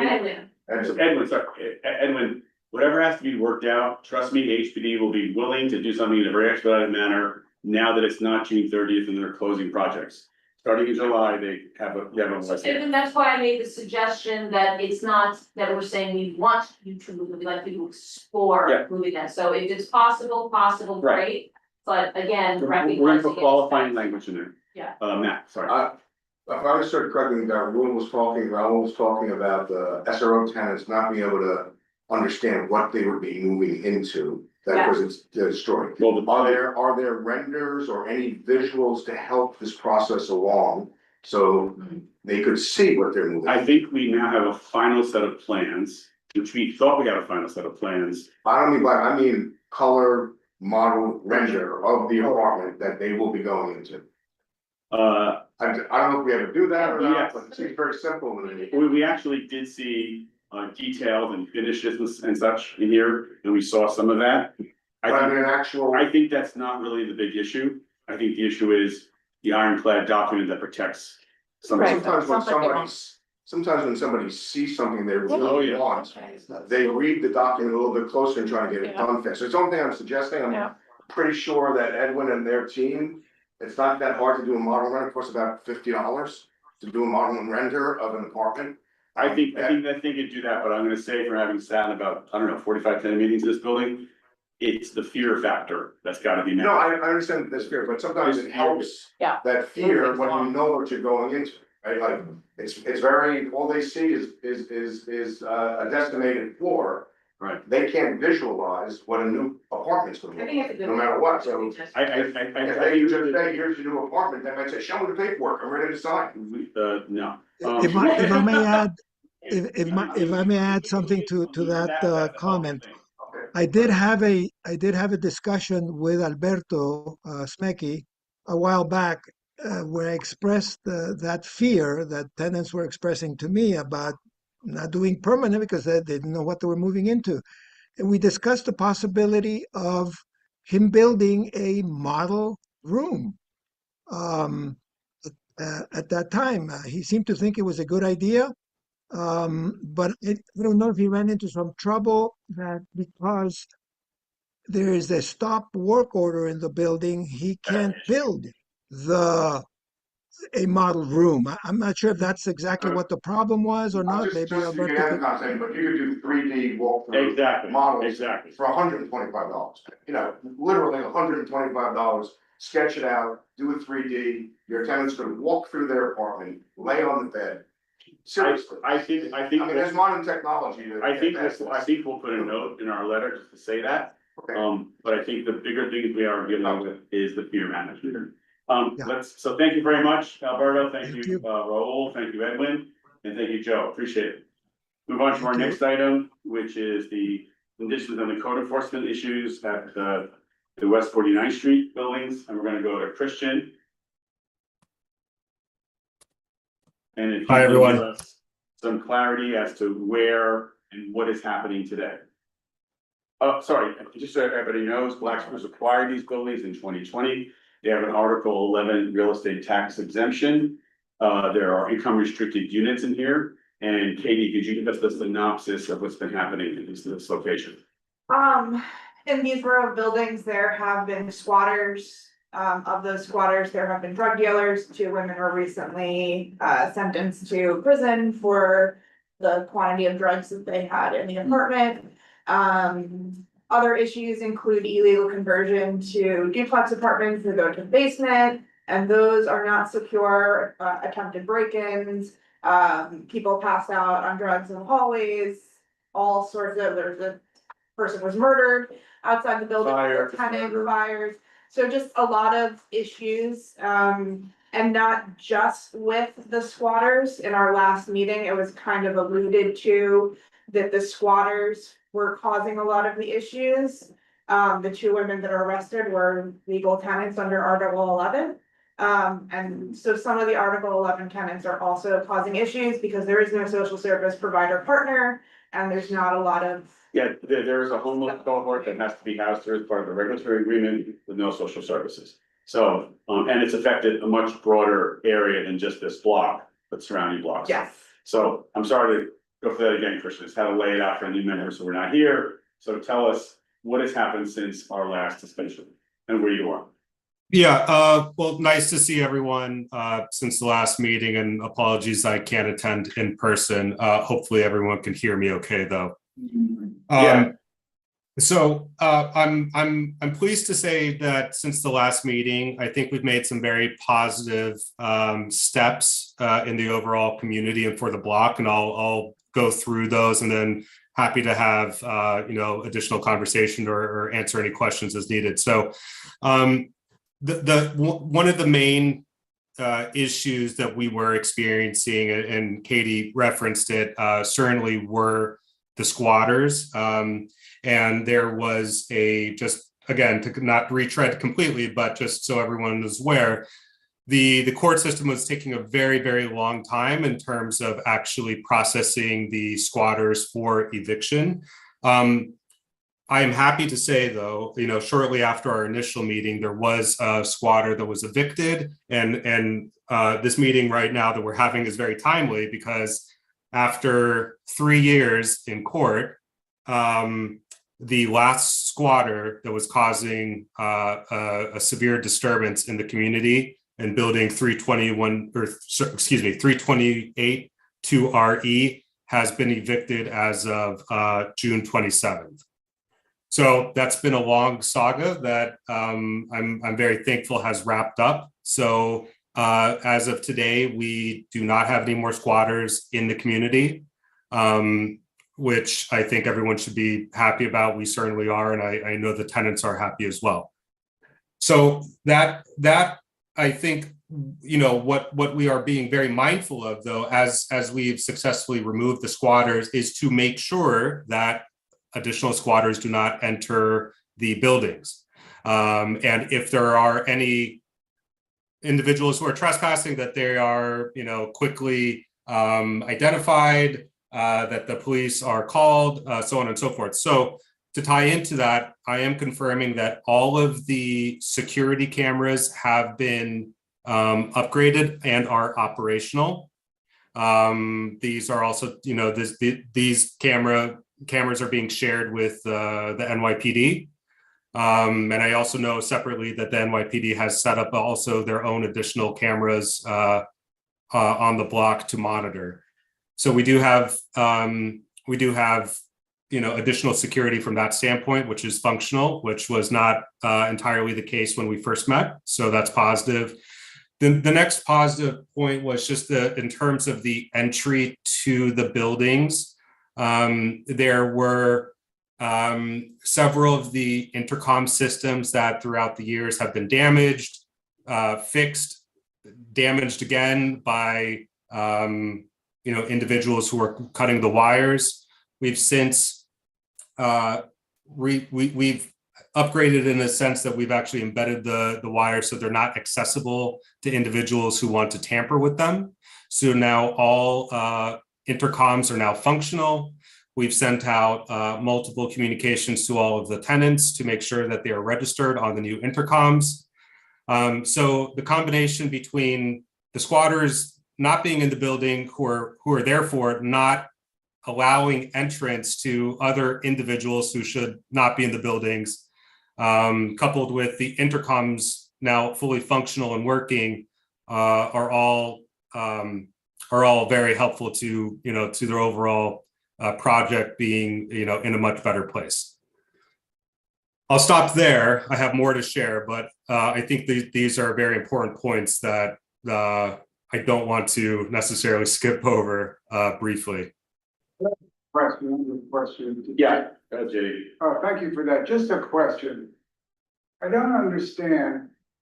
Let me phrase it this way. Let's say you have 100 apartments and people pay rent every month. And yet, were you getting rent from these squatters in these apartments? No, no, not at all. Okay, then did anybody go check the apartment? This is just totally confusing to me.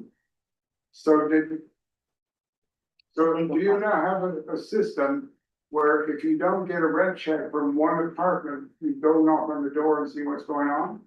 Okay, I appreciate the question. I'll maybe give some clarification. So we knew exactly who the squatters were. It was not a surprise to us. We didn't, I'll say it this way, we didn't eventually find out maybe 6 months of not receiving rent from a unit that it was because that there was a squatter in there.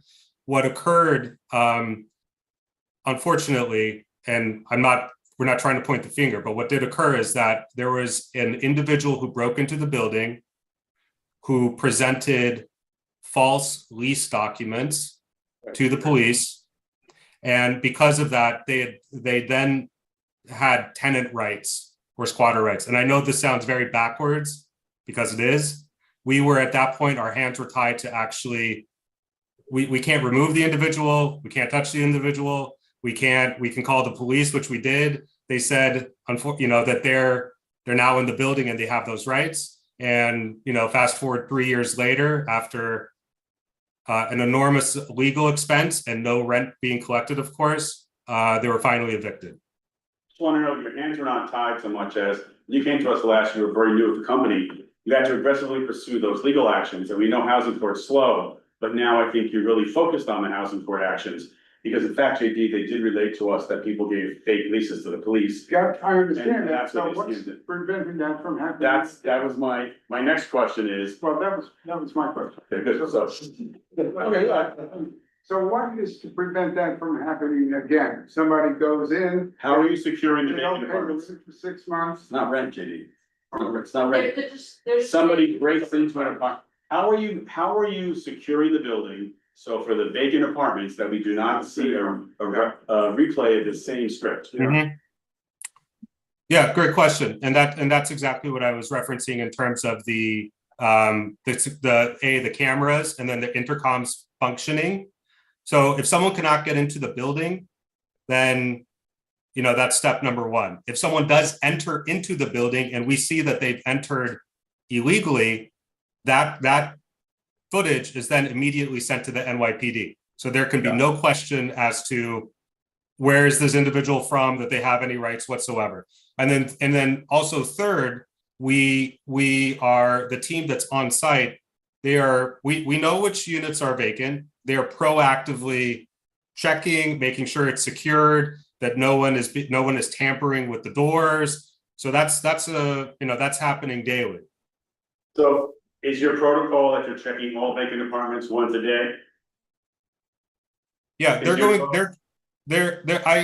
want to misspeak to say that every vacant apartment is being checked once a day, but they're being checked weekly for sure. And they're going in, of course, we have to turn the units. They're walking it. So the porters are monitoring in the hallways. And are seeing if there's any activity that shouldn't be there. So is it every other day?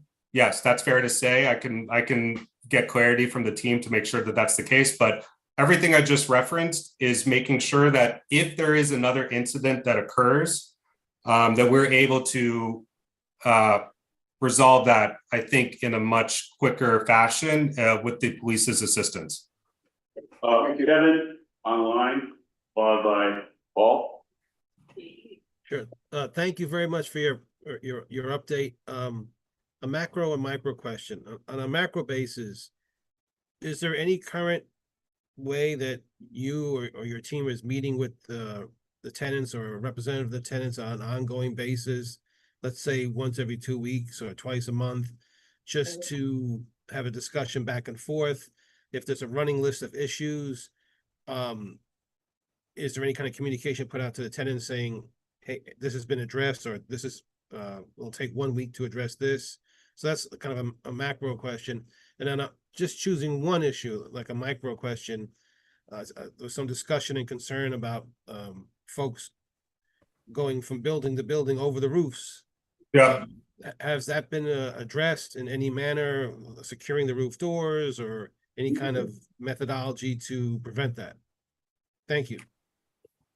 Thank you for the questions. Yes, so I have information that the roof doors is on my list, but I'll answer the first question first, which is we've been sending out increased communication to the tenants regarding updates to the building, to the staff, to just a general, more or less, communication so that everyone's aware, reinforcing to how to submit a work order, how to contact management, all these things that I think we heard feedback on that we could do a better job, and that's what we're doing. We're happy to send the latest communication if you would all like to review it. In terms of the doors for the roofs, you're right, because what we did speak at the last meeting, that there were some individuals who were accessing the roofs that shouldn't have been. And so we have, and I'm just referencing my notes here just to make sure I speak correctly on this. The door on building 328 has been replaced fully. And then we are assessing the other doors to make sure that they are self-closing with a push bar and are not accessible from the outside. And that's currently in process where it needs to be. So yes, that I anticipate that I was on a few emails just earlier this week regarding the specifications for those doors. And I think that should be completed here rather shortly. Paul and Katie? Yes, quick question, now that you've got, all the squatters are, you're squatter free. Squatter free. So there's you have an empty apartment where the squatter was? I didn't hear the last part. I say, so the apartment where the squatter was is empty, unoccupied? Well, the most recent one, yes, because they left June 27th, Paul. Pardon? They were evicted June 27th. Great, well, my question is simple, for that apartment, or for any apartment that's vacant, do you have any plan to simply monitor the inside of the apartment? You mentioned that some cameras, somewhere the police was watching your new cameras, is that right? Yeah. Or they're hooked into it, yeah. I'm assuming you're sharing the footage, right? Yeah. Right, cameras are great, they're really great if someone's actually actively monitoring. I know it's expensive, but there's a lot of inexpensive equipment out there, you don't need to have police grade equipment. Just a thought, put a ring doorbell inside the apartment where the squatter was, they're really cheap and they work. That's all, just wanted to say that. Katie? After Katie, y'all. Hello, thanks for the updates. So questions regarding, security. I know the courtyard windows had been an issue. That's how folks were getting into some of these vacant apartments from the roof and then going down the back fire escapes and breaking through the windows. How is that being monitored? I think that those all have been secured. And how have they been secured? Because we have heard that some tenants had their windows screwed shut. That's a different, let's hit that in a second. For the vacant units, how are the fire escape windows in the rear secured today? Because that was a big issue up in the fire escapes. Well, that they're closed, that you shouldn't be able to open it from the inside. I'm not. Okay, so we have. Or from the outside, I apologize. Like a super simple recommendation, you need to plywood those, if it's a vacant unit, please seal it from the inside. Because that will mean that no one can get in while you're doing turnovers. Right? That's a standard thing when you have this unsecure building.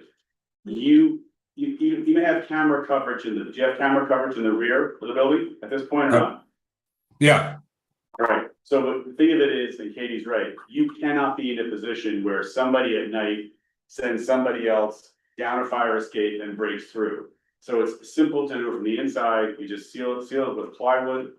It's very simple. Yeah, understood. That's assuming that we would want the unit to remain vacant for a period of time. That's not the case. Even while you're doing turnover, we don't, as a community, we don't want to be involved with the idea that you've done something, you moved it ahead, and you go back because someone gets in there, right? I mean, how many vacant units do you have at this point in time? Did you give us that information? I can get an accurate count for you afterwards. But it's more than 10, right?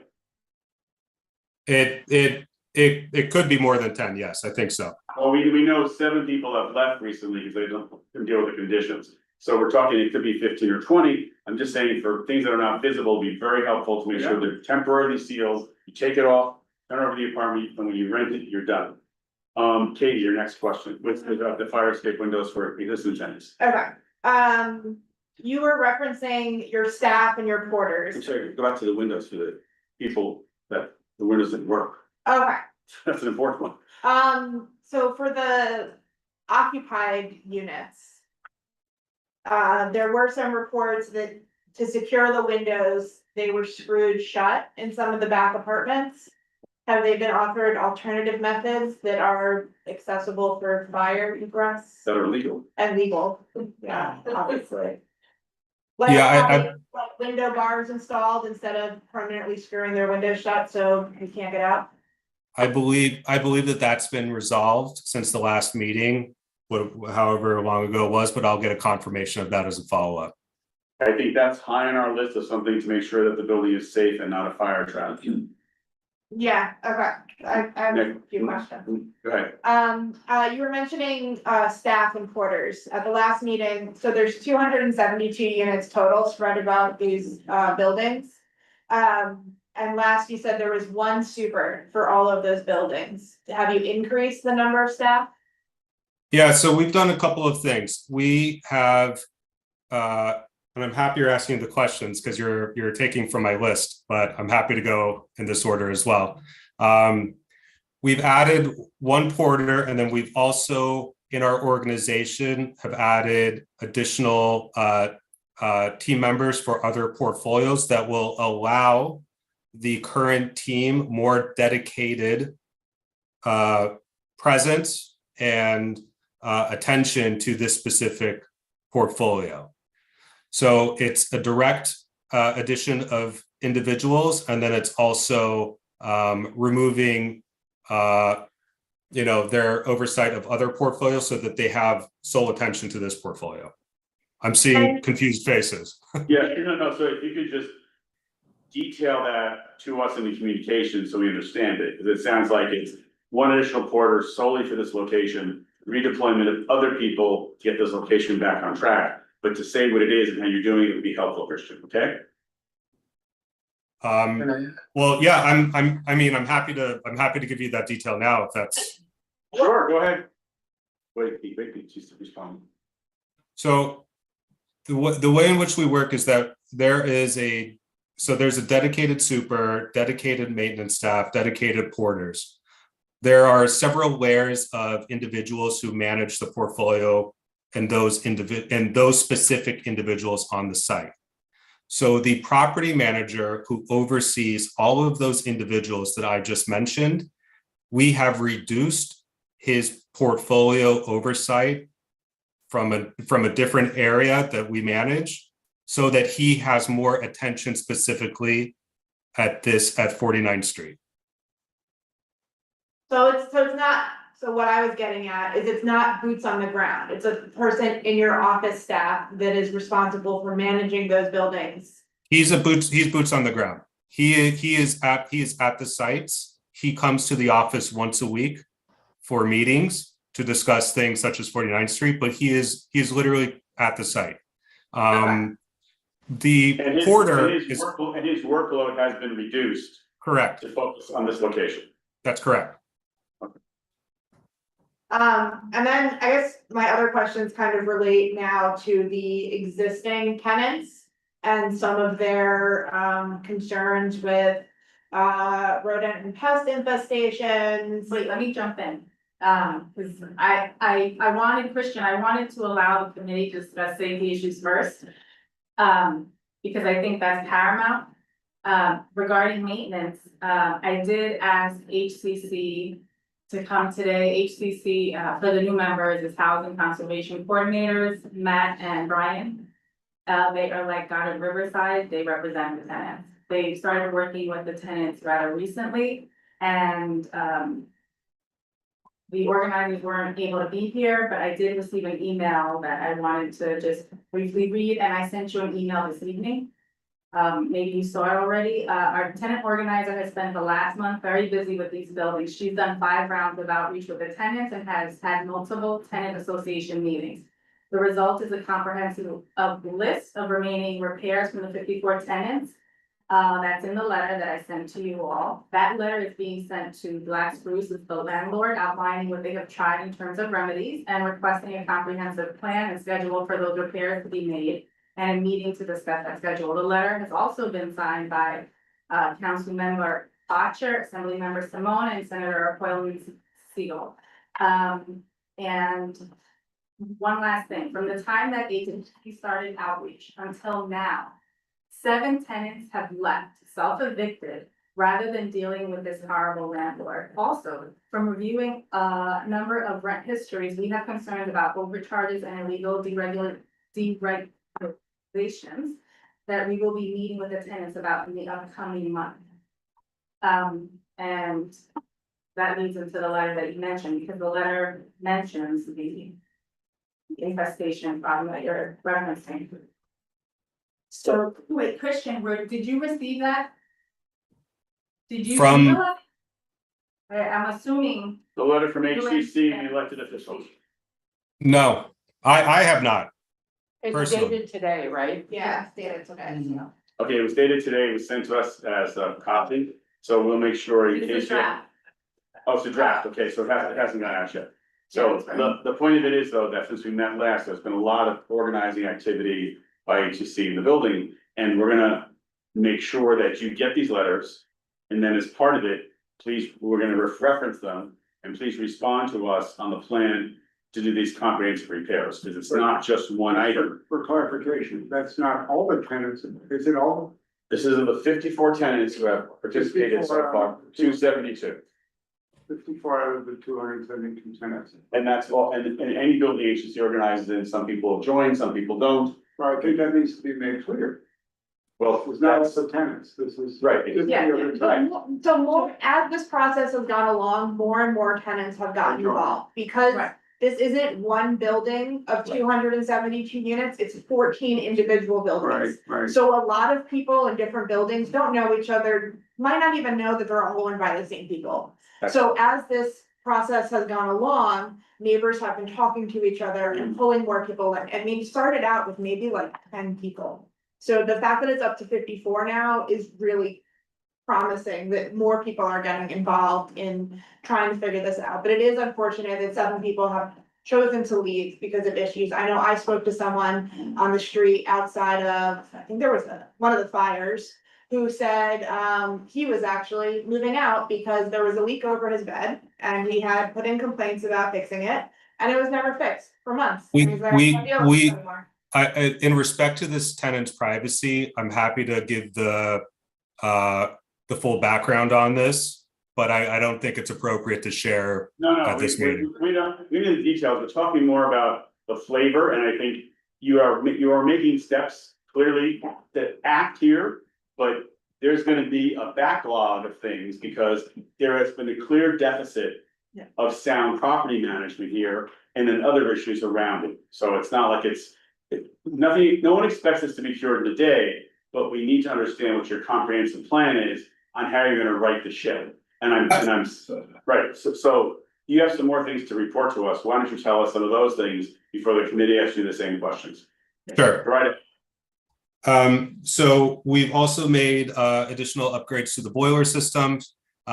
We've had some, boiler hot water issues that, are resolved quite quickly, but we've made additional repairs so that so those occurrences happen much less frequently. I mentioned the increased communication that we have, we've outreached to the tenants, and that's the plan to continue to do so. Just so that, and this also includes having notices in the lobbies, so that if anyone, again, needs a reminder on how to submit a work order or needs to contact us, that we can do so. And then I'll stop there. And those were really kind of the key updates. But we also, and I'll just so everyone is aware of this as well, we have been actively involved with Councilmember Eric Botcher's office in terms of giving them updates and having calls with them. I don't know how many we've had at this point, a handful.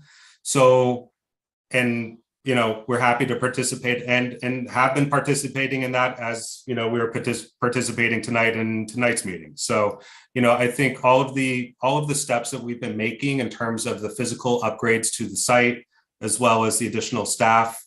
I think Joe's point's a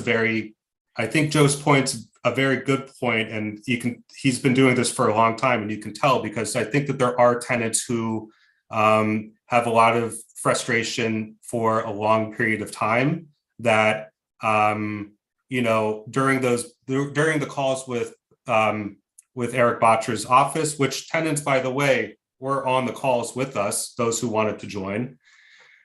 You know, after several calls, you could see that they were getting updates and they were appreciating, I think, the steps that we were taking. Now, that's not to say that that's representative of all of the tenants, especially the 54 that may have signed up for this letter that I have yet to receive. But you know, it will take some time. But I think I feel very confident in saying that we're actively involved in making this better, and I think have made this better since our last meeting, and will continue to do so. So, as always, the proof's in the pudding. Great intention, delivery is what matters. Of the 665 HPD violations, when you came to us last, how many of those have you been able to clear? 381. Okay, that's moving in the right direction. Katie, and then, oh, sorry. Can I just make a quick point on this? Because we did speak about it last time, and I think it's important just to note we do have some specific units, and again, for privacy, I'm not going to reference which ones, but we do have some specific units that have in excess of 50 violations in their specific unit. However, they will not allow us access. Now, what we spoke about last time is that we would go through the court order access so that we can fix the violations, and we do not have this kind of negative mark on us for a reason that they're not allowing us to fix. Our attorneys have very strongly advised that in actually these specific 3 cases, there is already a holdover case proceeding for a non-active lease that has been going on for a long period of time, and I'm not going to bore, and I shouldn't disclose the entire details of this. But they said if we enter in a court order access, it could jeopardize the holdover proceedings. I'm going to have to take the counsel of our attorney on that. And so I just want everyone to be aware, and I'll just make the statement, of the violations that exist today, there are some concentrated counts in very specific units that have ongoing legal action that we are not able to resolve yet. But with those aside, we've reduced the violation count by 381. There have been additional violations that have appeared, which is just kind of normal course, but we're going through the process of taking those violations out as well. So I'm just going to make a note for the record. During the course of a holdover, you have the ability with your legal team to make motions for access that do not jeopardize anything. And I can speak to this from direct professional experience. So bring it back to your attorneys and get a specific motion to get access into those units to take care of stuff. Katie, sorry.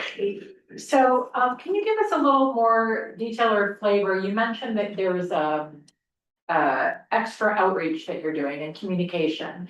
One of the things we talked about at our last meeting was maybe like just implementing a monthly or every other week sort of newsletter, right? Or something that goes out regularly. And I was wondering, have you done that? That's more sort of regular, or are you just doing like, notices in the lobby or emails about specific things? Yeah, thanks for the question. So we've done it more recently based on when we have news to share, whether it's just reinforcing the work orders, but more like, the intercoms have been fixed. Please contact us X, Y, and Z to set up your intercom. Or I believe we're just working on a communication that's going out shortly about the additional team member that's been added. So we're trying to do this on a monthly basis. Again, I'm happy to send the most recent letter as an example of what was sent to the tenants, so you all can see it. That would be very helpful to understand it, yes. Yeah, that'd be great. But the idea is that, another example of when we'll send a communication is that the doors on the roof have been secured. Please do not, exit through this, egress unless it's an emergency, again, so on and so forth. At some point, we may not have content to share. So that's why I'm not committing to doing it. You know, it's going to happen every 2 weeks, but when we do have substantive updates, then we share that.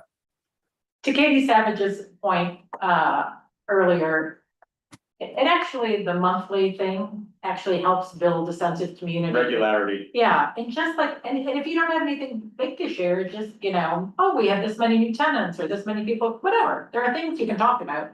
But it's just great if you can show a commitment to regularly communicating, whether you have big news or not, that's all. Okay, point taken. PTS, and then we have one more item to go to with this. Thank you for being here. I hope things will go well. Thanks. I know the resources for some of these tenants, they don't have those resources. Do you have air conditioners for these units? Is it part of the agreement? Sorry, do we have air conditioners? You provide air conditioners. For the units, for the apartments? I don't believe that we have PTAC units in there that I think. No, just air through the wall, through the window air conditioners. Oh, I think that's supplied by the tenant. So let me just try to get at this, what Pete's asking about, you have homeless referrals here. What's your total cohort of homeless units as per your regulatory agreement? I'll have to get that exact number. I believe it was over 50 or 60. So what I want to know is that at our last meeting, we talked about two things. First, that you have issues with the referrals sometimes. And some of your team said to us, and then you said, no, that's not the case, but I was at the meeting where you said it was the case. You're having difficulty with reviewing referrals to see if the folks are appropriate for independent living. And then we also brought up the issue, the social service needy tenants, they need social services. And we asked you to look at this specifically for that homeless population and figure out what are those services, how you can contract or match up folks. Because people do not succeed coming from a shelter without social service support. I think all of us around this table are pretty, I've been through this 10 times over. So where are you with that process, Christian? Well, I will say that, sorry. Yeah, go ahead. Well, I will say that the referrals that are sent to us, we absolutely we have background checks on them, and if they're not a good fit for if there's something that makes us believe that they're not going to be successful in the community, then we're able to say no to them.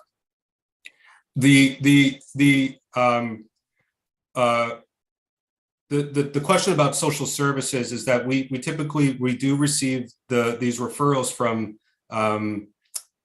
agencies that are helping these individuals, and so they receive some level of service from them. We don't have necessarily a dedicated resource in addition to that is dedicated to these specific tenants. I thought your research, which agencies are your referrals from? You were not able to answer that at our last meeting. We have Anthos, we have City FEPS, we Gay Men's Health Crisis. So it's individuals who are in need who are So City FEPS is not an agency, it's a Randstad City. It's a voucher program. Do you get referrals from Department of Homeless Services, from HRA or HPD?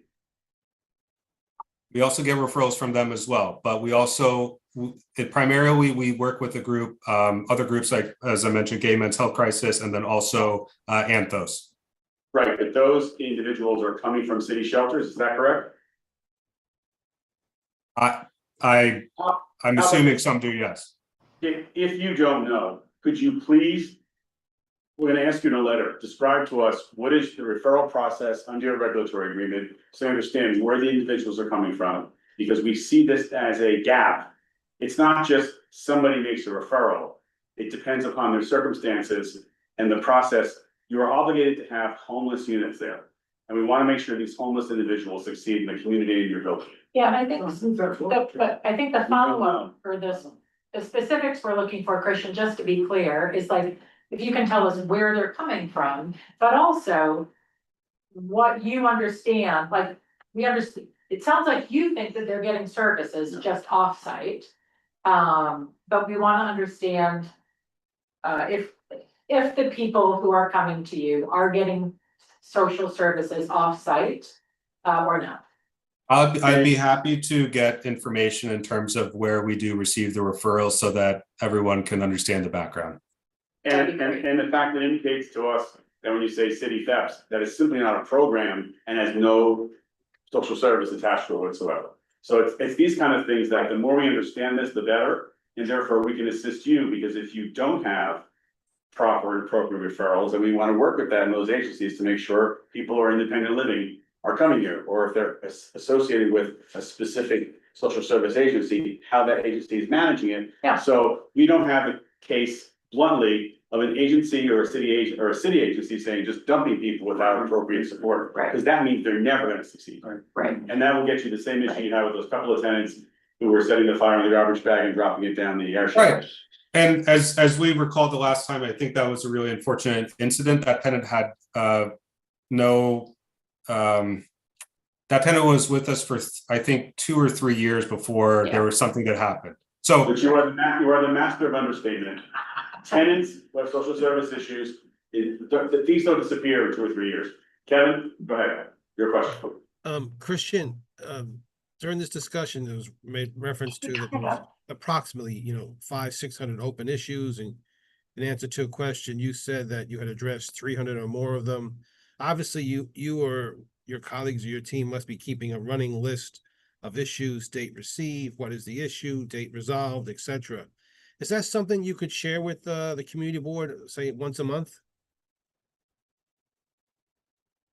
I think it might be public record, but yeah, we No, in some sort of condensed form, because we don't have the ability to go through the 665 violations. Christian, I guess you've been very forthcoming about giving us information. If you could organize it and present it in some sort of report in the same way you're engaging with the council member's office, it'd be very helpful for us to understand the progress of what's happening here.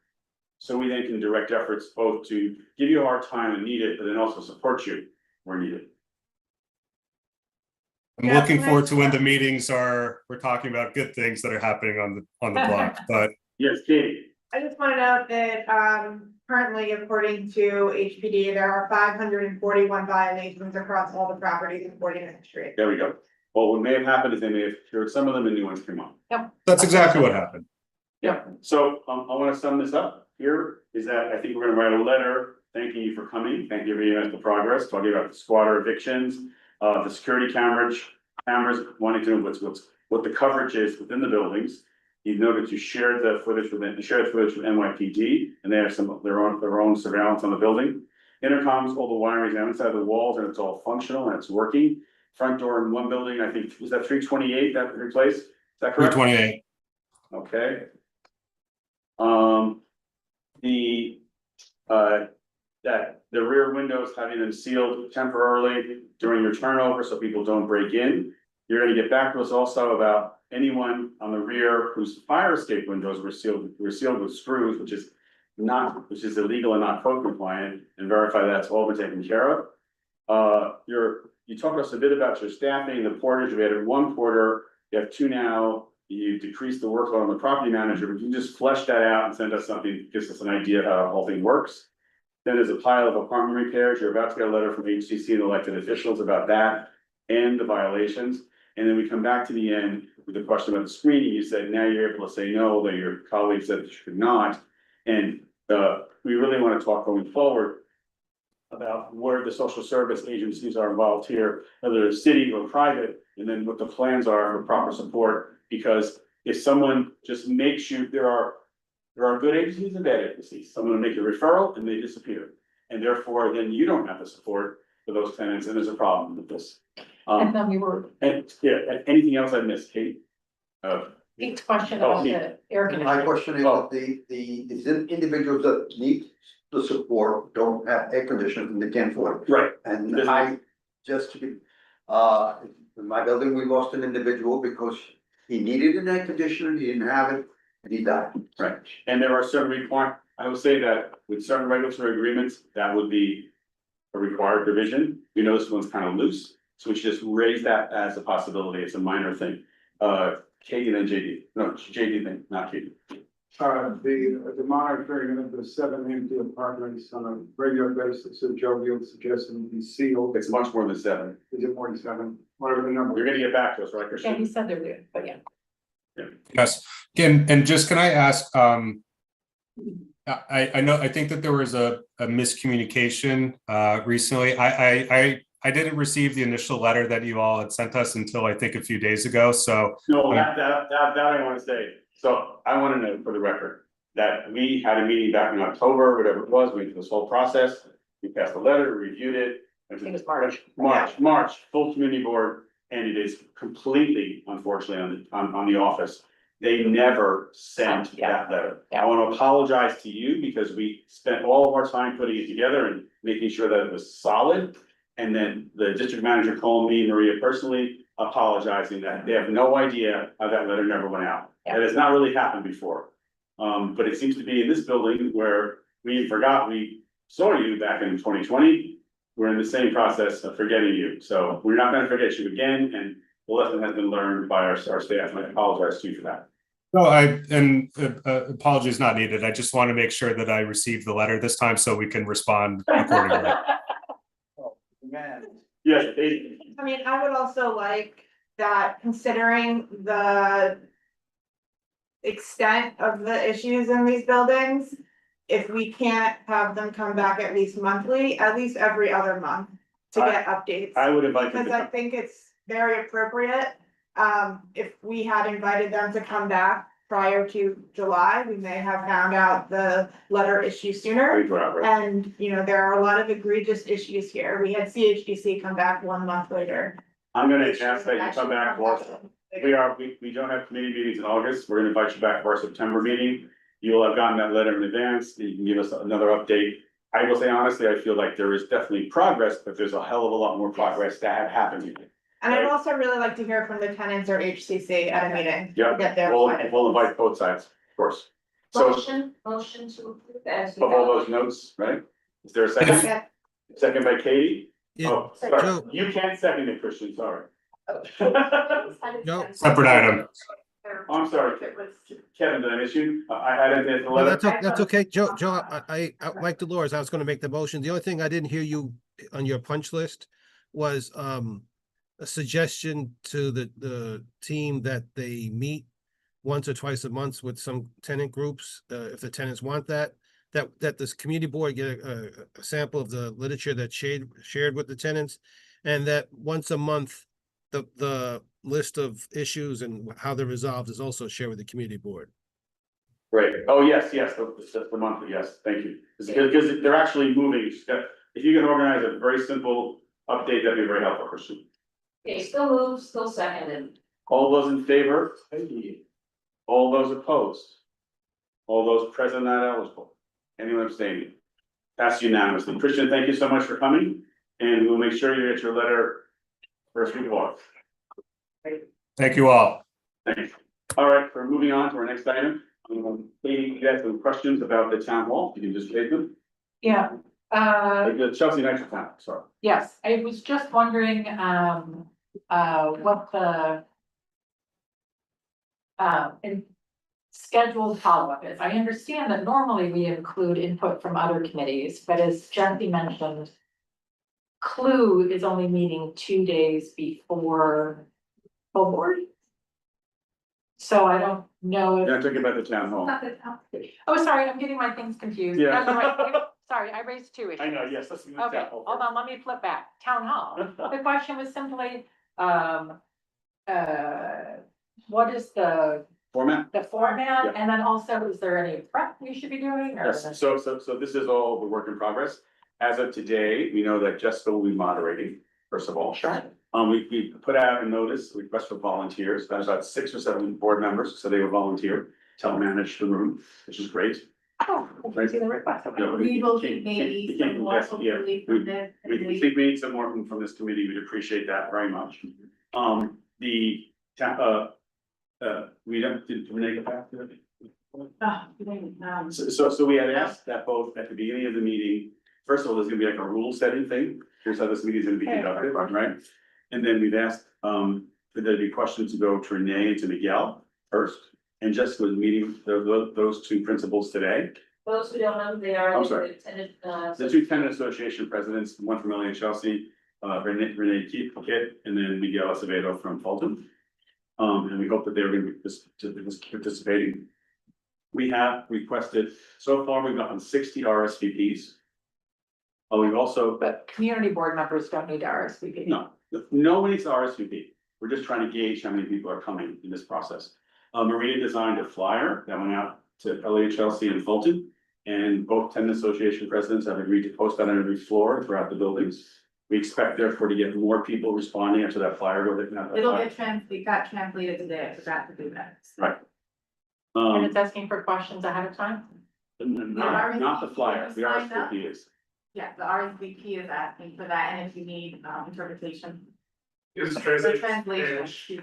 There will be full translations, Spanish, Mandarin, and Russian. And Cantonese. Yeah. And it's done by, phones and things that the board has already engaged. So people can sign up what it is, then you dial into that thing and you get the whole translation. Yes, Paul. Charlie can be developing like our top 10 questions that we really like to like. Yeah, so what's happening here is that all these questions, today, Jessica, myself, Greg and Jesse and Maria met to try to have this first organizational discussion. We're gonna meet again before it to consolidate down the questions once we see the rest of them. And today was like our third meeting about. Our third meeting about organizing the meeting. So we're really trying to do this in a very careful way. Joe, would you like us to send you questions or? 100%. As we said at our last meeting, send in these questions because we're gonna have lots of duplication and stuff. We wanna figure out how to manage it through. Include me in the email.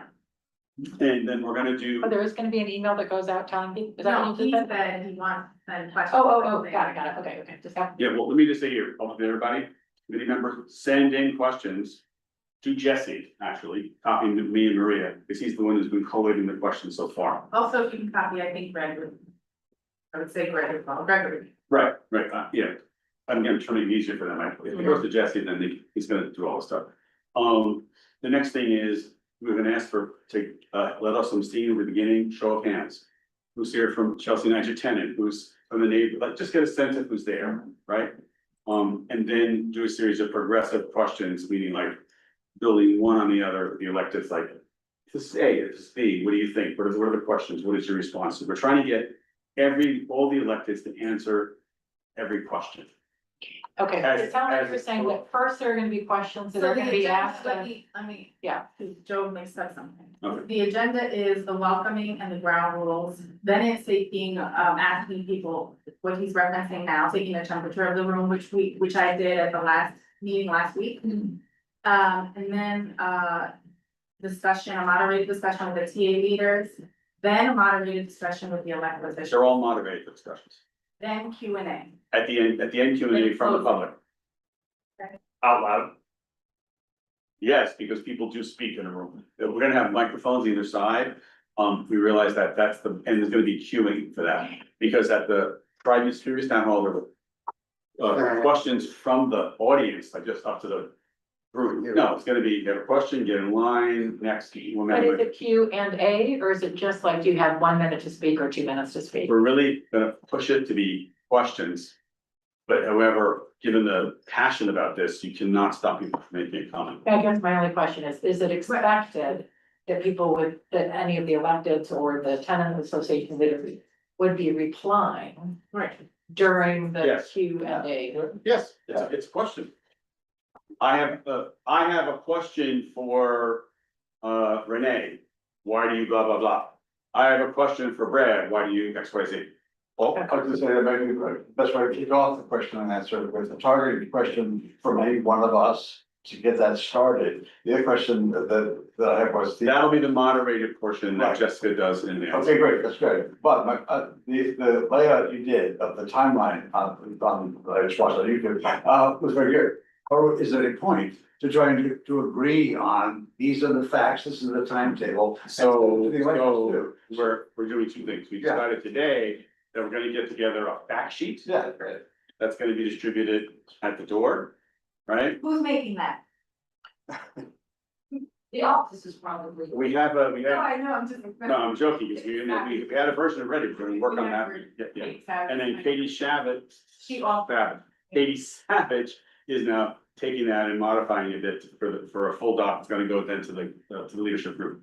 Yes, back in the- People at the meeting, there's a moderator, there's the tenant associations, there's the electeds, and is Essence there too, or anybody? They're not on the, up in the front. This was a town hall for the elected speaker. Essence will attend and be in the room. Can they answer questions, No, or they can say something? No, That's not the. no, that is, this is not, the role here is elected official, that's respond. Ryan. Just an idea, I've seen this before, doing some work actually, so if they have the technological ability. If people can ask questions in advance, you can sort of like put them all in buckets, right? You have a lot of the same questions. And so if you do that, and then you can, we can use AI to kind of like, sort of summarize them all, but like. That is gonna be so many questions that are gonna be removed, that are. Yep. We're actually doing that. Feedback off that, though. Well, there's one second before you join. Just to let you know that we've gotten a lot of questions in, both from tenants and non-tenants. That are similar, so we're gonna truly condense those. And that's what Jessica will start out with in the moderated portion of the elections. So to piggyback off that, I was having the same idea with use so much technology, panel I was on. But because these meetings tend to go off the rails and people ask questions. Is there any way we can leverage that technology to have a couple of the committee board members read off the questions? I think it is suicide if we do not allow people to ask the question. This is their homes, this is their community, they have to be able to ask questions. And some people are, listen, our goal is to have a respectful, managed or Well managed. meeting, and there will be some chaotic periods from you. We cannot stop people from being angry or having emotions. We just can't. Katie, and then also Roberta first, I spoke. I just wanted to see if there was any end time or a cutoff for the meeting that has to be met, either because of the elected officials or because of the facilities. Not the facility, we don't have time for that, but we're figuring it's gonna be a little over two hours, 2.5 hours. That was the sense, but the good part is with PS 33, we worked it out, that like, it'll be opened early, the AC will be on, and we're not gonna be like having to press.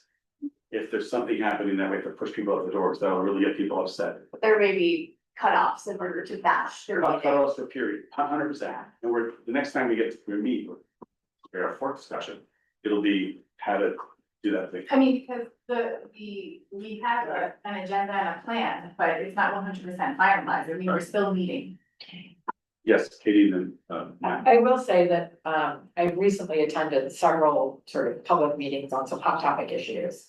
And in all of those, not using AI, because we're not that sophisticated, but, that they have said, like, people can ask whatever questions they want to.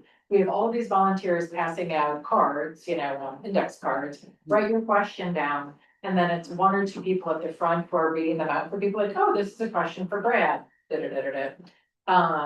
And so it's allowing people to ask their questions. But as we all know, what it does is it takes, how people say like, I've got a question, and then they speechify for 4 minutes, and then the question's at the very end. It sort of reduces the speechifying time. To that end, because I was gonna say the Wait a same thing. minute, allow her to finish her. Oh, okay. Well, you may be about to say the same thing I was gonna say, Yeah. but simply that it seems to have really allowed all the questions to be asked, but and it seems to have allowed it to happen in a 2.5 hour time frame as opposed to a lot of speechifying happening. So it seemed So really tough. and to that point, I'm sorry, I don't know, Travis. I ran town halls and it's just a co-op board meetings, but they get very. Yeah. Oh, yeah, aggressive. Yes. And we went to that process where we have, the questions are submitted and then somebody reads those questions. And it's taken really some emotions out, and it's allowed the correct answer to be spoken without emotion. And there's a moderator that reads that, and some of the questions are actually thrown away because they just don't make sense. And they will create other bad questions. So if the moderator is looking at those questions, this is a really good specific question, then they do it. The ones that are not said are not, you know, correct, and it takes the emotion out and it makes it run smoothly, and then everybody gets to answer. It's much better.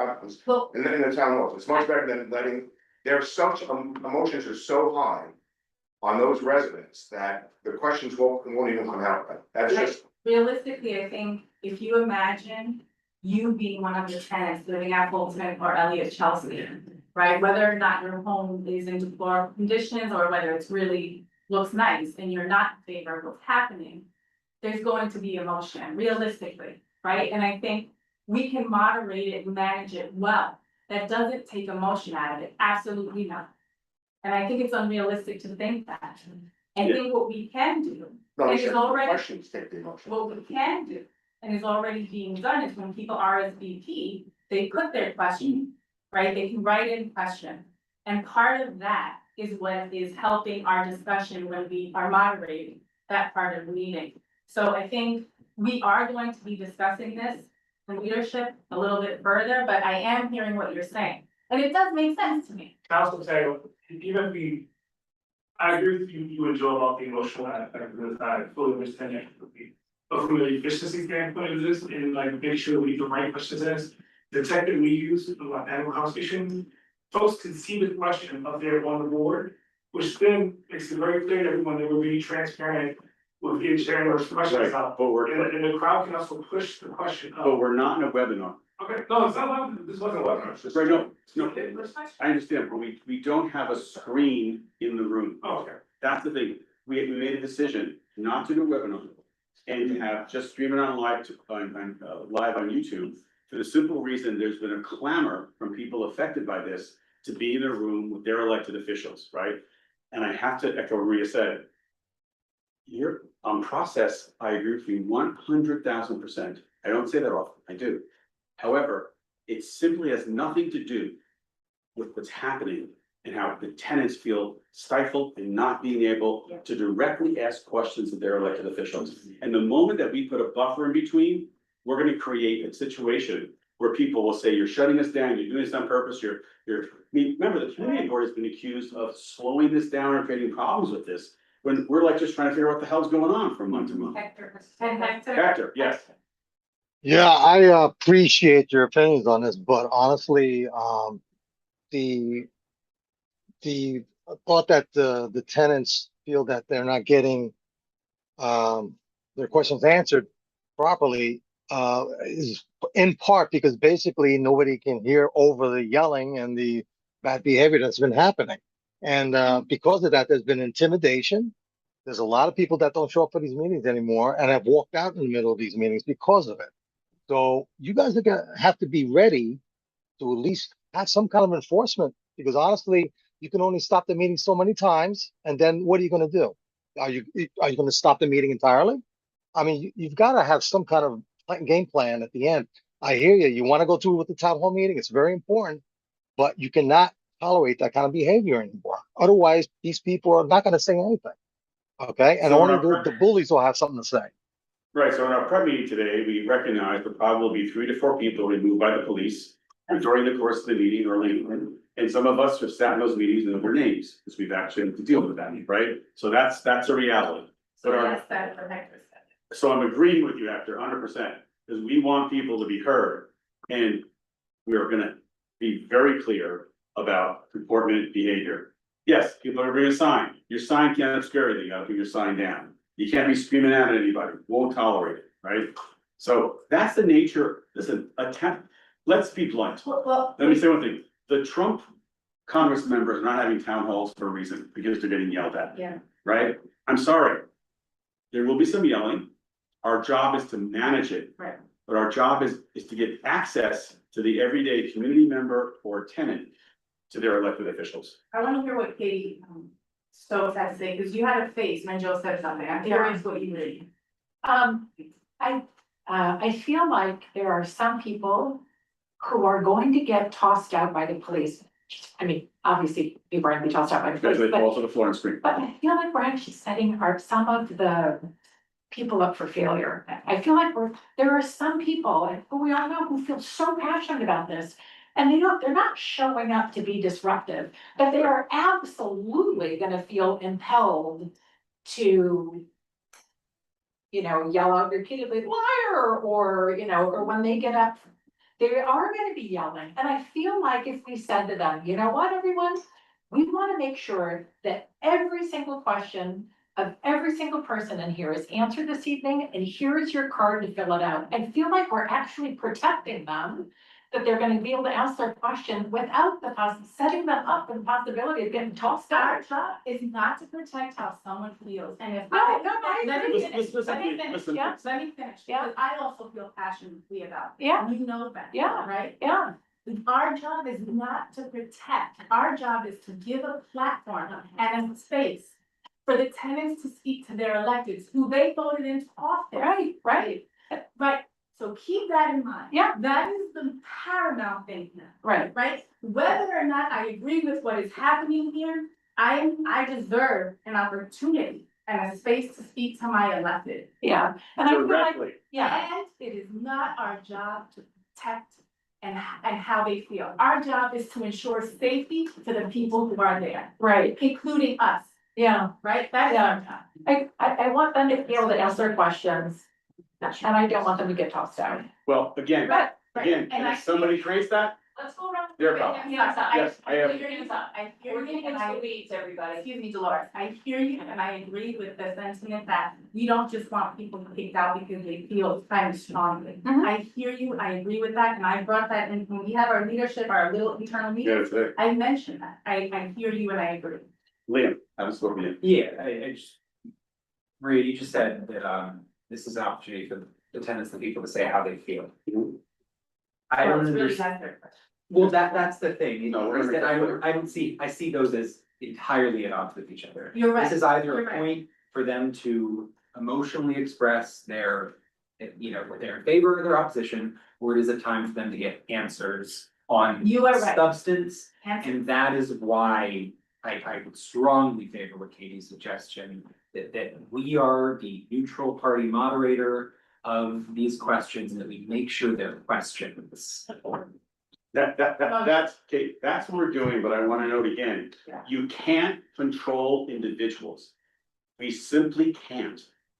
Because they are individuals coming to a town hall meeting, and although we're say, please say a question, and then that's someone makes a comment or a statement, and say thank you, and cut them off for a period of time. Roberta. I mean, I raised my hand to say something very similar to what Liam said, but if the goal is to prioritize tenants being able to get their questions answered, and you have like 100 tenants show up, then in theory, you may run out of time for people to have questions answered if they're not sort of organized and batched and sort of We're not directed everyone's in gonna very get limited questions time. answered. It's a fair point. But anything that, I guess the goal is for tenants to be able to have their questions answered by their elected officials, then there is a great deal of value in figuring out how to channel that. And it may be through what Katie has. And that will be the question we get in advance, because I believe many of them will have the same exact things. JD followed by. Yeah, one thing I wanna bring up, I attended a webinar about this the other day. And tenants had questions that nobody could answer. Right. The electeds are not gonna be able to answer a lot of those questions. The tenants are gonna say, how long is it gonna take? 15 years, 16 years, 14 years? The electeds are not gonna know. The tenants are gonna say, does it go to section 8? To section 9, what happens with blah, blah, blah? How can we get those answers? These which the electeds, tenants wanna know. these electeds have all come out in support of a project in which there are many open questions about it. It is important for them to hear what are the main open questions, so they can come back to the constituents and respond to them. And if a question is, a question may come up, for example, we heard in our meeting. Yeah. Last week, what if Section 8 program is out of business? Right. Well, that's a question that to be able to answer, to say, we don't know today, but we're gonna find out, we're gonna get back to it. Like, that's a serious real question. Paul and Brian. I'm in favor of, Yeah, we'll go online. But just want to put a vote in for or a mention in for people who don't like to speak in public. but they have legitimate worries, and as has happened at some of these meetings before, when it becomes a yelling match, those people will sit there with their hands on their lap or they'll leave. And this is not good for me. Why not make a point of saying to whoever shows up, some of you may want to get up and speak, some of you may prefer to write your question down. We're looking for information from everybody. So if you prefer to write a question. We have that in the please, flyer. Good, great, We have the flyer. great. Tell them you're gonna give them a prize for the best question we can think of. Do anything you can, get them to all play ball. I think it's going to be tough, it's gonna be tricky for Jesse or anybody who's trying to moderate this, but it can be done if you demonstrate goodwill, if you keep your electeds in line, to try and hold their feet to the fire a little bit, everyone will know what's to it. I just go to the stuff all the time, they hate it, mostly, the ones I've seen. But if we can ride this. Well, normally they don't, they'll go into town hall. Based on feedback so far, I think having some kind of where people can write down their questions is gonna be. It's an option, you know? Yes, Brian. So the thing about what Jamie said, he's exactly right, that these elections are gonna have no idea what the answers are, and that's actually a very frustrating answer, which is like, I'm not sure. Like, well, what are you talking about? You said you wanted to do this. So what if there were a way in which we could get, let's call like the bulk of the questions to them beforehand, so they can do their own research? They're ready, yes, for that, we're ready to read. Oh, they have, okay. Yes, but the point of it is, it's rather telling if someone asks a question and the answer is, I don't know. Then my follow-up question is, so why are you in support of this until you know? Because no matter what, we need to know everything. Everyone needs to know. Katie, I If you did- do agree in having, you know, if you have the questions submitted in advance and you have those, and obviously there are a lot of questions we already know need to be asked from meetings we've had in the past. But if you want to have a question and answer period where the tenants actually get up or people get up and speak, and you don't, it's 2 hours, we're gonna run out of time. no, probably 2.5, I thought. Even still, we could probably talk about this for 10 hours. When the mayor did his town hall at Beacon High School, everyone who was there received a card where they could put in their own question, and they were told that they will get an answer, within 1-2 weeks. I think it would be important to, it's great we're giving them questions in advance and hopefully they can have answers prepared. But for any questions that they do not have an answer, they should have to provide that answer within a certain period of time. That question shouldn't just go into a void of, I don't know. And if people have questions that did not get raised during the town hall, they should be able to write them and submit them, knowing that the group of electeds will respond to those questions in some certain period so that everyone is getting a response. We don't yet have agreement from electeds on that. Means and message. Yeah, I understand, but you're saying, so, I wanna know for everyone's remembrance here. It took us almost 2.5 months to schedule the town hall, because there was a desire not to be in the town hall by our electeds. Can I ask a clarifying question? So what the mayor's things, so when people were invited to submit questions, they like put their contact info in there? I haven't seen that. Yeah. Yes, online, Kevin? Oh, I was just trying to follow the suggested agenda. Will the 2 tenant association presidents get to make an opening statement or comment before we go to Q&A? And then will 1 or more of the electeds get to make an opening statement before Q&A? No, we're really trying to limit the opening statement idea, because that turns out to be a very long-winded statement, instead to a moderated Q&A. So, like the same questions asked of both tenant association leaders by Jessica, the same questions asked of the electeds by Jessica. So it's very much, here's your question, what's your response? So I move that the team that is already working on the process, the agenda, is going to continue to do so. Oh, yeah. And we will find out on the 9th exactly what it is. No, we're gonna share it before. We're gonna share it. It'll be what it'll be. We'll manage it, okay? And again, I wanna say is that I go into this meeting following expectations. Parts of it will be easy, parts of it will be rough. And our goal is not to have anything that happened with the electeds town hall happen. And it won't. And I think it probably won't, because one of the things we will manage is no elected official will be calling out and responding to people across the room. People will be calling out questions from the audience. has come up with a stand on, a line. And enough of us have some moral authority with the whole broader group to say, please, So, I mean, Travis and I were very active, with a bunch of meetings, You all have connections and know people in the buildings. I've reached out to both tenant association leaders asking for their help.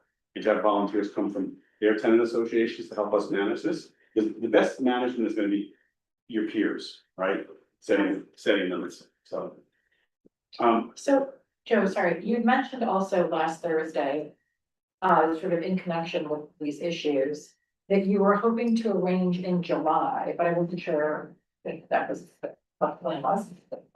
Some visits by, Probably more like August.